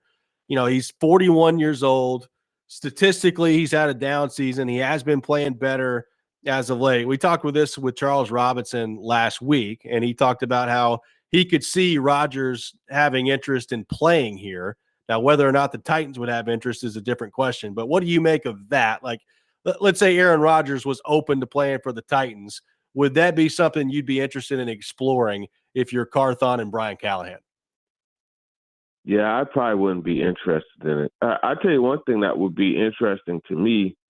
I would like to hear what those who say they don't want the quote-unquote circus that comes with Shedeur Sanders, I would like to hear what they say about Aaron Rodgers, because if you think that's any less of a circus, then you are revealing a lot to me. Me personally, I would rather, if I'm the coach, I would not want that there. I wouldn't want to deal with it. You've seen how his nonsense helped contribute towards Robert Saleh getting fired. I wouldn't want a quarterback that, will openly question me in the media and things like that. Nah, me personally, no. But I mean, like for the work side of things, yeah, that would be good. No doubt. Yeah, I mean, yeah, right. No, I mean, that's a good point on the comparing the circuses. I mean, first of all, it's a guaranteed circus with Rodgers. I think obviously people think like Deion is gonna, be involved. It's like, to me, it's like, okay, so if Deion Sanders says something at his press or tweets something, who cares? It's like, I don't understand why people are hung up on that. But I think it's obviously a ton to do with Deion Sanders. Well, let's stick with the QB talk here, TD, because frankly, I just really can't. It's just hard for me to get energized on Titans Jags. You're doing the Lord's work Sunday in Jacksonville, but how about Cousins? Like Cousins is, it's confounding to me how well he played for the first part of this year and how he completely fell off the map. Now Penix looks good. It looks like actually a smart pick by them to get Penix, and I think they're probably going to win the division. But how do you explain that? Do you feel like Cousins, maybe it's like, like the wear and tear of that Achilles got to him and he still has some good football, or do you look at him as a guy who's fallen off the table? Yeah, I don't know, man. That's a tough question. And it is confusing why he just had like this drop off. But you know how it goes, right? Sometimes you hit a certain age and it's like Space Jam, right? Your superpowers, you get zapped for them. And I think that could be what happened with him. And I personally, I wouldn't touch that because you don't know for sure what you're getting and it's going to be expensive. So I believe that alone. So, TD, I've been screaming for 2 years here about how they need to go find another young wide receiver in the draft, and they've not done it yet to this point. Obviously, they were hoping Treylon Burks would be that guy, and he's not been that guy. They've got a lot of needs. I understand that. Quarterback, edge rusher, right tackle, the list goes on, and they don't have a ton of draft capital. How important in your mind is finding that next young wide receiver for this football team this offseason? Yeah, I think it's critical, honestly. And you look at some of the guys. I mean, the top two. Travis Hunter. He's in a different league as far as, I don't classify him either way. But I think you look at Ted McMillan, great match, right? Because he's a red zone guy. He's a big receiver. He worked the middle of the field. And then you also you look at a guy like Luther Burden, the third. He's a playmaker, and you can use him all over the field, and he doubles as a punt returner too. So you solve a couple problems.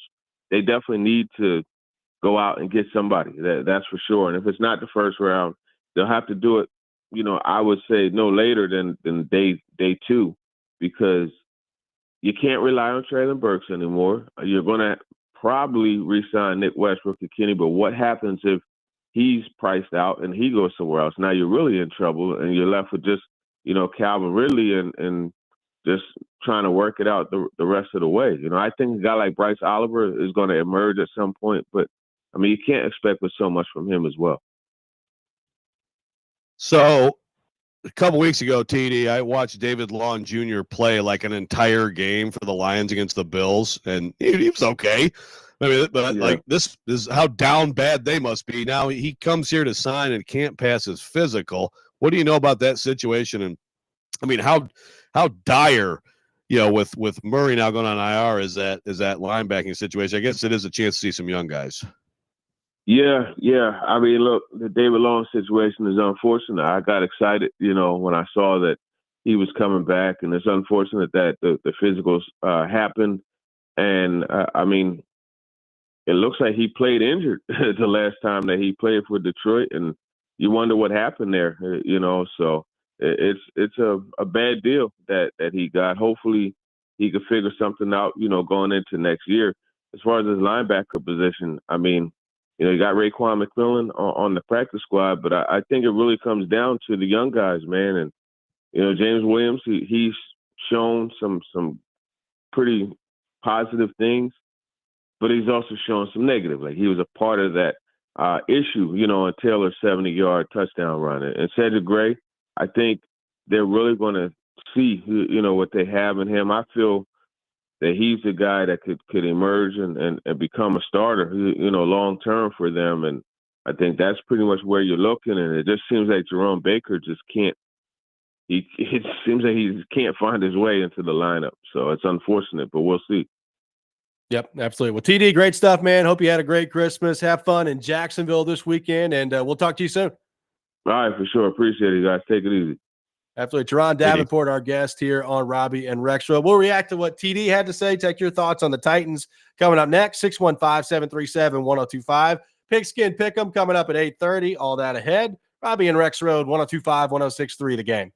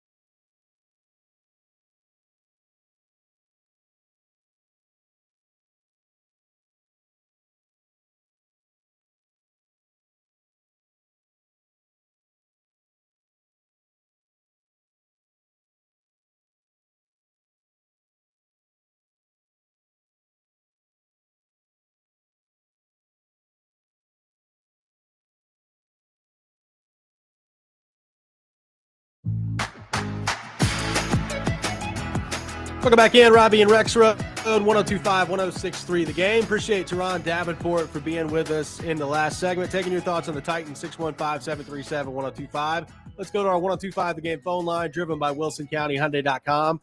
Hey, welcome Jared to the program. Jared, good morning. Thanks for calling in. Hey, good morning, Robby. Good morning, Rexrode, or Rexrod, Roxroad. Nice. It all works.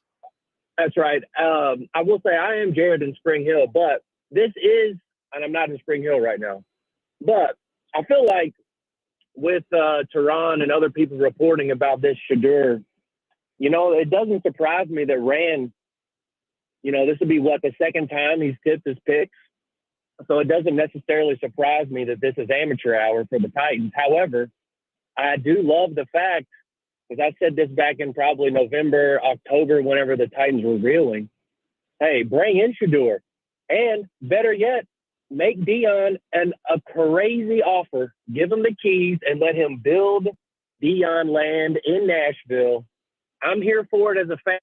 I think it's bad GMing right now to put out tips and things, but as a fan, I'm here for it. And bring Dion, bring Shedeur, and I want that circus versus the, ayahuasca guy down there or wherever he is right now. So I would much rather take a flyer on Shedeur as a fan, bring in Dion, and let's shake this culture up a little bit, because we've seen it doesn't take much to win the AFC South. And you get Dion in the playoffs, I think it's only going to be great stuff for the Tennessee Titans.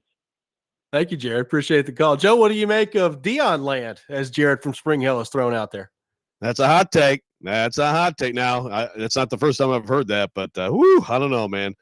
That's a tough sell for me. Dion's done a good job, a better job. I thought that this year at Colorado would actually be a complete bottoming out, and that he would the way, because he hasn't really recruited the high school ranks very well, but they got better. He had to really dig deep for coordinators, especially at DC. Excuse me, sorry. And credit to him for what he's done. I still haven't seen enough from him as a coach to be like, yeah, just give him an NFL franchise. Be great, Yeah. And I tell you what, I think one of the biggest, it's interesting because Jeff is on the text line saying, he'll be a constant distraction. This team has enough problems already in terms of Dion if Shedeur was drafted. I hate that idea. No parent has ever, tell me the parent in the history of the NFL who has meant a damn thing. Arch Manning when Eli was drafted. That's what I've got for you. Okay. Dion. Well, that's fine. But tell me the parent in the history of the NFL that had the clout that Deion Sanders had. But what's he going to do? Okay. So I don't know, but it is a different thing. There's going to be attention all around it. And if, he's going to be asked about Shedeur and his performance and the organization wherever he goes, it will be a distraction. There's no doubt about that. Now, is it a distraction that's going to uproot your franchise? That's where you need to have a stronger franchise. Yeah, exactly. If it, because he's tweeting, saying something in a presser, if that's a problem for you, then you're screwed. I mean, you don't that to me is not any factor in whether I'm drafting Shedeur Sanders or not. I'm looking at him as a player. And can he play or can he not? Exactly. Now, the flip side of that, I wouldn't. I mean, I don't know that Dion's, the biggest thing that I think Dion would actually, it's kind of a little bit of the flip side of this. I think Dion would really struggle with the daily media crap in the NFL. I mean, he already can't deal with a freaking TV reporter in Colorado asking an innocuous question without flipping. I think that he would really struggle with. In fact, I mean, I actually, now that I'm let me open a vein right here. I need PK and Dion talking to each other on a daily freaking basis. Just about to say Holy crap, that sounds amazing. So you know what, Jared from Spring Hill, I'm with you just for that. But I mean, in all seriousness, I don't see why. Again, he's done a good job. I give him credit for sure this year, and it'll be very interesting to see where it goes from here with Colorado. But I just. And also the father-son coach QB thing in general. Is that what you want? I just feel like there's so many, then you have to bench your son. You know what I mean? It just doesn't seem like they're not doing that. It's not happening. They're not hiring Deion Sanders to be the coach. I am interested, TD's thoughts on the Sanders thing. He did, say there that it's not like they're just totally married to the fact that it's Shedeur Sanders or no one else. in the draft. Like there's some time here. So that's good to hear. Like I don't know that you're necessarily tipping your pick there, as Jared from Spring Hill says. But like again, I think even that, like having that position, like right now it's Shador, and we'll see what the rest of the draft process looks like. Like to me, the more we talk about it, and the more you look at the draft part of this, the more I'm convinced that they're looking the veteran quarterback route. I just think with where they are right now, it makes too much sense. Yeah, and the TD pointed out, as we've talked about so much, and this is, I don't love this, but it is reality. You know, this is where from Amy Adams Strunk, I definitely want to like talk through things. I mean, it's hard to talk through. Guys, I don't know what it'll take for me to fire you, but like if you're Amy Adams Strunk, like you still like you don't want to bypass the rookie if everyone believes in the rookie because the front office is worried that they better win 8 games next year, they're going to get canned. You know what I mean? But I think that is reality, and I think that's probably. And I like someone said in the text on earlier, Abdul Carter, for example. You know, I think both Travis Hunter and Abdul Carter are both tremendous prospects.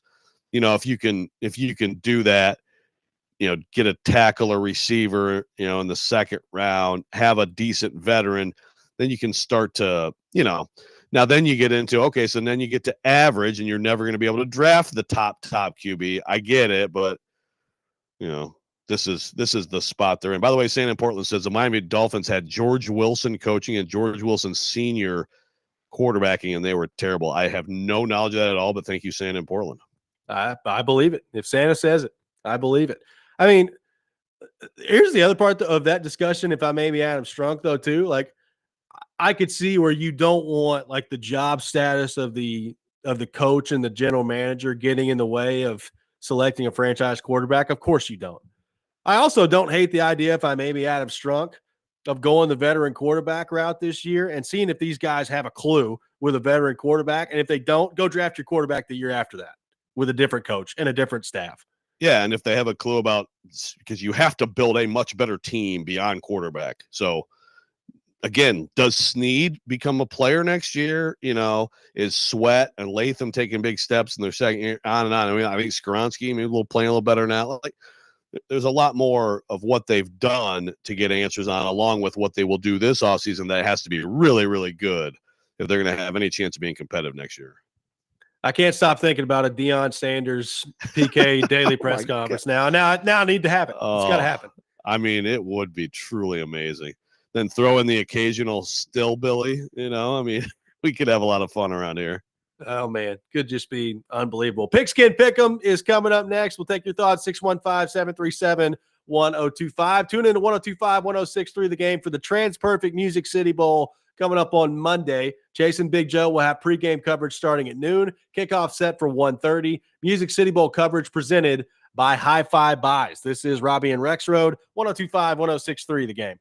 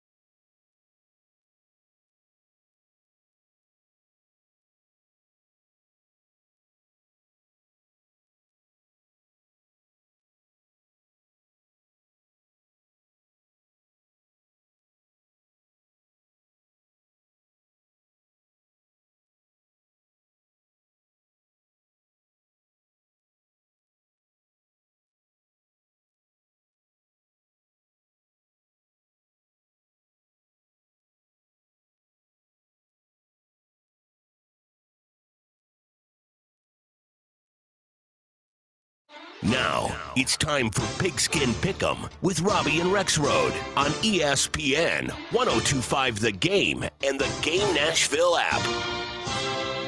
It is that time of the week, time for Pigskin Pick'em here on Robby and Rexrode. A quick standings update in the competition. Not a great week for us last week in the competition. Nick Keyser leading the way, 3-3 with his lock on the program last week. Both Rexrode and myself going 2-4.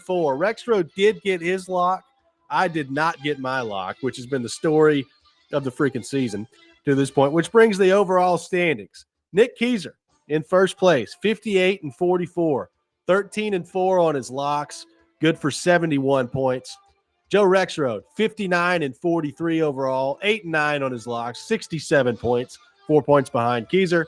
Myself, 54-48, 6-11 on my locks, abysmal, 60 points, 11 points behind Keyser, 7 points behind Rexrode. Some separation in the competition from second to third.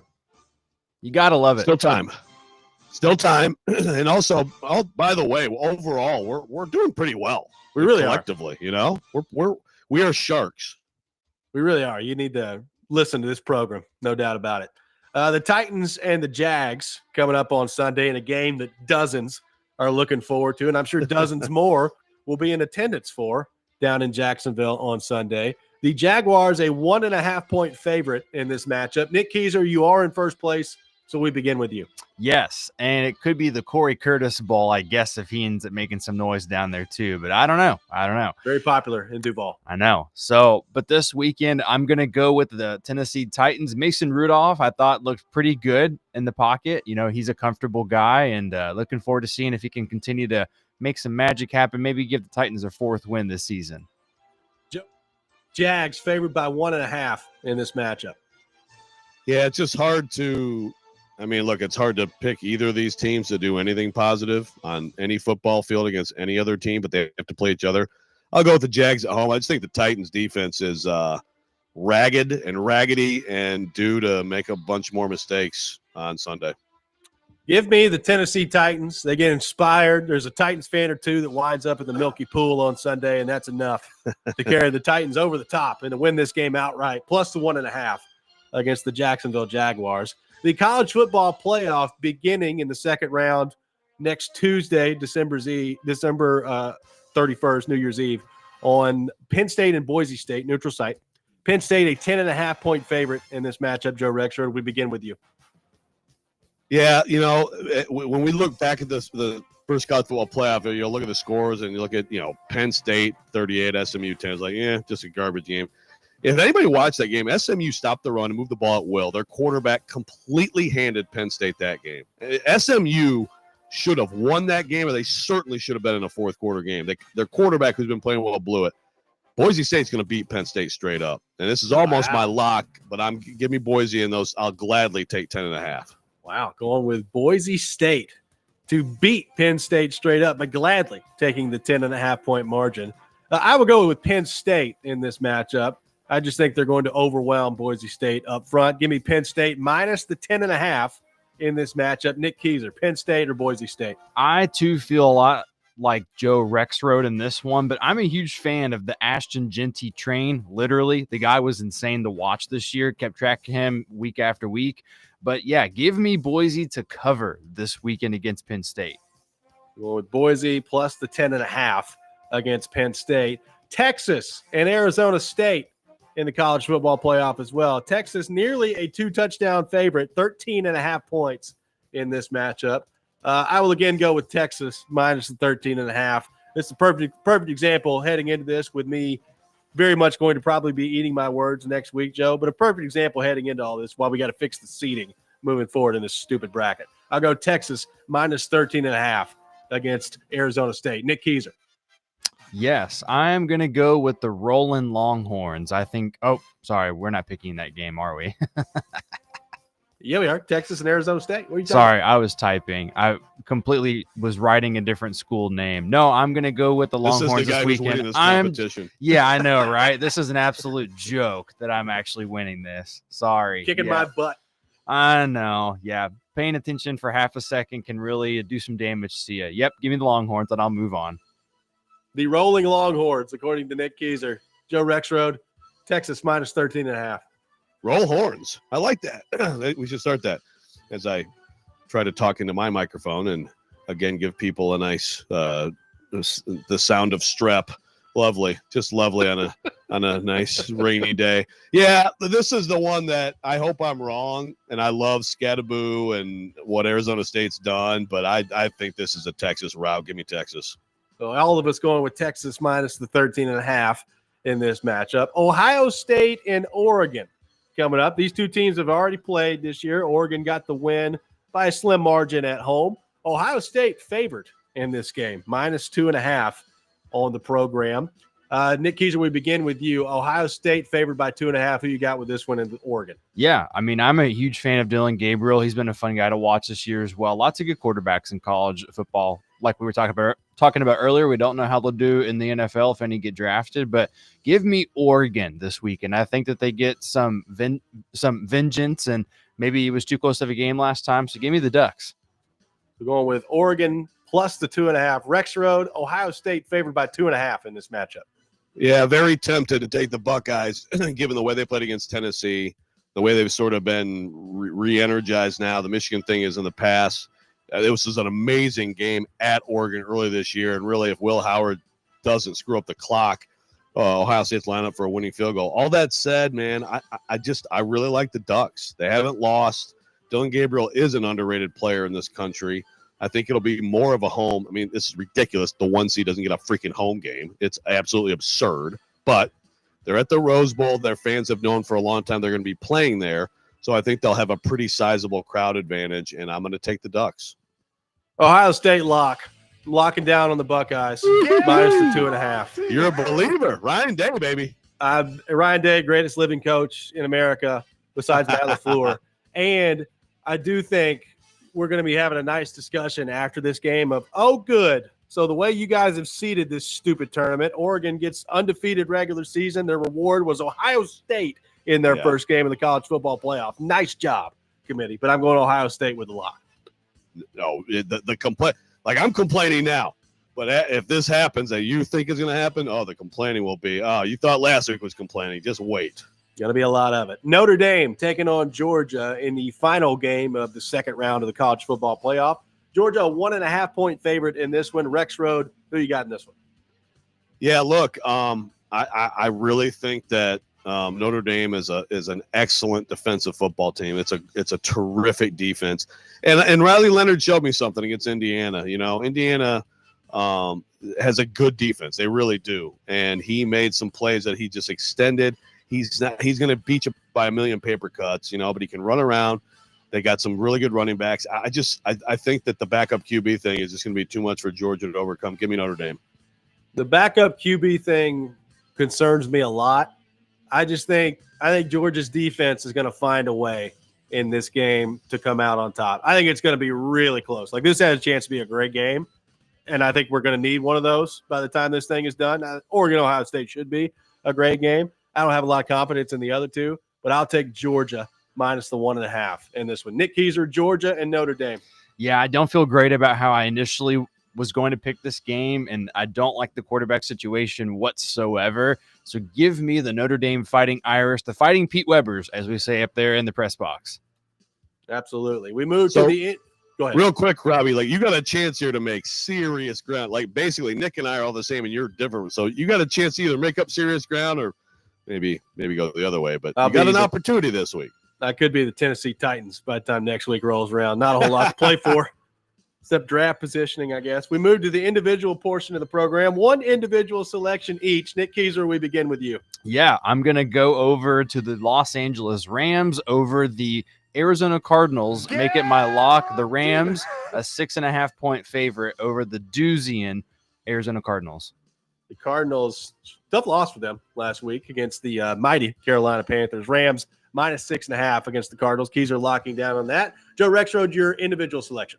Yep, I've got an NFL game that's a lock too. The Bills are still absolutely fighting. It's critical for them to get the 2 seed and not let the Ravens get the 2 seed. That game, we're headed for that showdown, and where it happens, I think to me might be the difference. They're at home -9.5 against the freaking Jets. Give me the Bills and make it the lock of the century. Locking down on the Buffalo Bills -9.5 against Aaron Rodgers and the mighty New York Jets coming up this weekend. I will take the Washington Commanders -4.5 against the Falcons. Commanders still trying to move up as high as possible in the wild card seed. And I just think Jay Daniels is an absolute stud. So I'll go Commanders -4.5 against the Falcons. Although, Joe, I did like what I saw from Michael Penix. Unfortunate for him that Kyle Pitts somersaulted a football into the hands of the other team that led to his first interception of his career. One of the weirder interceptions I've ever seen. Yeah, that was a toughie for Pitts, who's already taking a lot of crap this year, deservedly so. I'm with you. Penix looked good. I think obviously we talked to Charles yesterday. They're ready for him, and he's ready. And I'm with you on Jaden Daniels. Let me tell you, many Lions fans in Chicago Sunday were cheering loudly as Jaden Daniels led that amazing comeback over the Eagles. He's got to be Rookie of the Year. I know Bo Nix is good, and it's close, but it's got to be Jaden Daniels. Jaden Daniels is Rookie of the Year, and I'm sorry, but I think Lamar Jackson is a freaking MVP, man. It's insane, and it's ridiculous that Josh Allen wouldn't win it in a year like this, but I think Lamar Jackson is the best football player in the league. He's been pretty unbelievable, and the numbers would tell you he's been significantly better than either of the 2 years he won the actual MVP. So, I mean, there is that to keep in mind as well. It's that race I think is going to be super tight. Like if Allen goes out there this week and just dominates, it's going to come down to the wire in that one, which is good. Like I'm all for a nice heated MVP race down the stretch here. 615-737-1025. Our phone number. Pred's Pick to Click coming up next. Be the first caller at 615-737-1025. Pred's back in action tonight, taking on the St. Louis Blues. If you guess a goal scorer, you'll win a pair of tickets to a future Nashville Predators home game. We'll do that coming up next. Give our final thoughts on this weekend of football as well. This is Robby and Rexrode, 102.5, 106.3 The Game.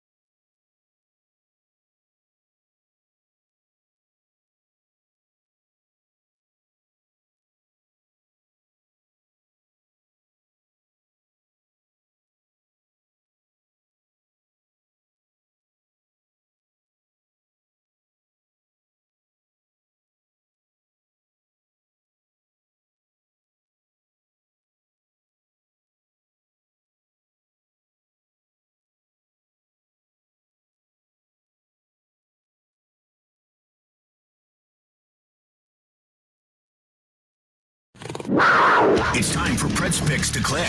And a shot at the score. Do you think you know who will score a goal in tonight's Predators game? Little give and go. Shoot your shot for a chance to win Preds tickets. Call 615-737-1025 now. It's Pick to Click, now on Robby and Rexrode. It is time for Preds Pick to Click here on Robby and Rexrode. The Christmas break over in the NHL. Back at it tonight. Predators on the road taking on a Central Division rival in the St. Louis Blues. I'll have your pregame coming up at 6 o'clock tonight, so make sure you tune in for that right here on 102.5, 106.3 The Game. The standings in the competition. Everybody on the board last time out except Nick Keyser. And I was on the board with Mark Jankowski, which I feel like should be an automatic win in the competition, but I digress. We'll go from there. The standings update. Joe Rexrode in first place with 7 correct answers. The listeners and myself in second place with 4 correct answers. Nick Keyser with 3 correct answers on the season. We head with that in mind to our 102.5 The Game phone line, driven by WilsonCountyHyundai.com. And welcome in Terry to the program. Terry, good morning. Thanks for calling in. Who is your pick to click tonight for the Nashville Predators? Good morning, guys. Hey, he's due, and we need him to continue to gain some points. So we're going with Forsberg. There's no doubt he's due. Appreciate the call, Terry. Been a tough goal up from Forsberg in terms of the goal scoring part of this. The points have been coming. He's got 12 assists on this 7-game run here that line has been on, but no goals for Forsberg. So it feels like that's going to have to break at some point. Keyser, Forsberg off the board. Your pick to click for the Predators.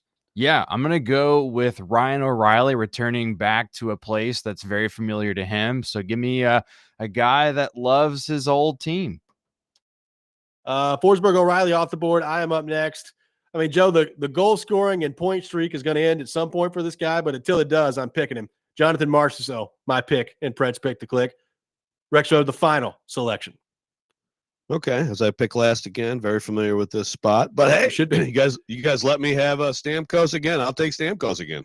Going with Steven Stamkos. Forsberg, O'Reilly, Marchessault, Stamkos, the selections in Preds Pick to Click. Preds back in action tonight. They'll try to continue the good hockey that they were playing. We talked about that some yesterday on the program. 4-1-1 in their last 6 games. So we'll see if the Preds can keep things going tonight as they take on the St. Louis Blues. Joe, we've not talked much at all about this game coming up on Sunday because why in the world would we? But they do have a football game between the Titans and the Jags coming up on Sunday. Your thoughts on that matchup? The David Long Jr. stuff is pretty interesting. The Titans brought him back, and it was like, oh, that's cool. David Long Jr. back with the Titans. And then he fails the physical and is not going to be a part of the team. So back on waivers for David Long Jr. Unfortunate to see that. Yeah, that's a wild one, you know. I mean, it's wild that, again, he played like an entire game. And, you know, obviously can be hurt between now and then, but he played like basically the whole game as like the centerpiece of the Lions' great defense against Buffalo that like scored a touchdown every time it had the ball. It was kind of cool to see, oh, David Long, hey, why not? Come back and, hey, David, here's a nice bleep show for you to check it out for a little bit. But in continuing with the bleep show theme, David Long doesn't pass the physical. So, yeah, that's where the Titans are. I mean, we've talked more about the weird urinal in the press box bathroom situation this week than this game. I'm going to – this is my vow to you, Robby. I am going to carefully watch and dissect every play of this game because you know what? We are almost done with Titans football for 9 months. We're almost done with football in general. We're not too far away. I mean, a month from now, we're going to be down to, 2 teams that are we're going to have a national champion in college football. We're going to have 2 teams ready for the Super Bowl. So I'm going to, like today we got Navy, Oklahoma. I'm excited about that game. We got Vanderbilt. We got all these bowl games. And I'm going to absolutely absorb every freaking play of Titans Jags and be so ready Monday to talk about it. Let's do it. Well, I'm glad you are. I guess I'm going to do my best to be as invested in that game as I can be. There's only so much of Mason Rudolph and Mac Jones that I could think I can handle. I mean, I'm going to watch it. How intently am I going to watch it? I guess we're going to find out. I will say there reached a point last week, Joe, when it got to 38-7 in the Titans-Colts game where I looked around and I said, what am I doing? Like, I could go walk around the block. I could go, change a tire for no reason. Like, there's a lot of things I could do here that would be more productive than watching this football team play right now. I mean, really, Sunday I'm watching for the Milky Pool to see if Kuharski can force his way onto the TV and to see if Mac Jones will throw a stupid interception. That's what I'm watching for on Sunday.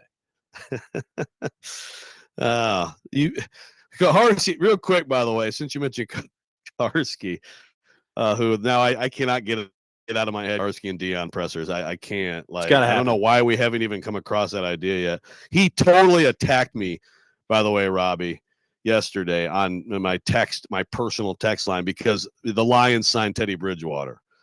And so now, I got somebody on the text line. Chip from Mount Juliet did the same thing today. Oh, what about your Hendon Hooker now? Guys, Hendon Hooker was a rookie coming off an ACL. He didn't have a rookie year. This is his rookie year. The Lions signed some veteran insurance, and now Hendon Hooker is just, his career is in the toilet per Kuharski. So I just had to get that out. That's ridiculous, Kuharski. And I very much, he said, like, I showed, like, love and whatever, like, sentiment for Hendon. I'm a homer. I'm a ball. BS, man. Hendon Hooker is going to be a good QB in this league. Mark my words. Wasn't Teddy Bridgewater coaching high school football? He just won a state title as a high school football coach. But like Dan Campbell loves him, and he's like, I've been talking to him for weeks. Like, come on, man, Teddy, let's go. I think he just wants Teddy to get a ring. I guess get another ring, get a state title ring, and get a not that the Lions are going to win it all, but it's a worth a shot. That's going to do it for us today here on the program. Hope everybody has a phenomenal weekend. Enjoy Titans and Jaguars coming up on Sunday. We'll be back Monday morning to break it all down. Jason Big Joe up next. You're listening to 102.5, 106.3 The Game.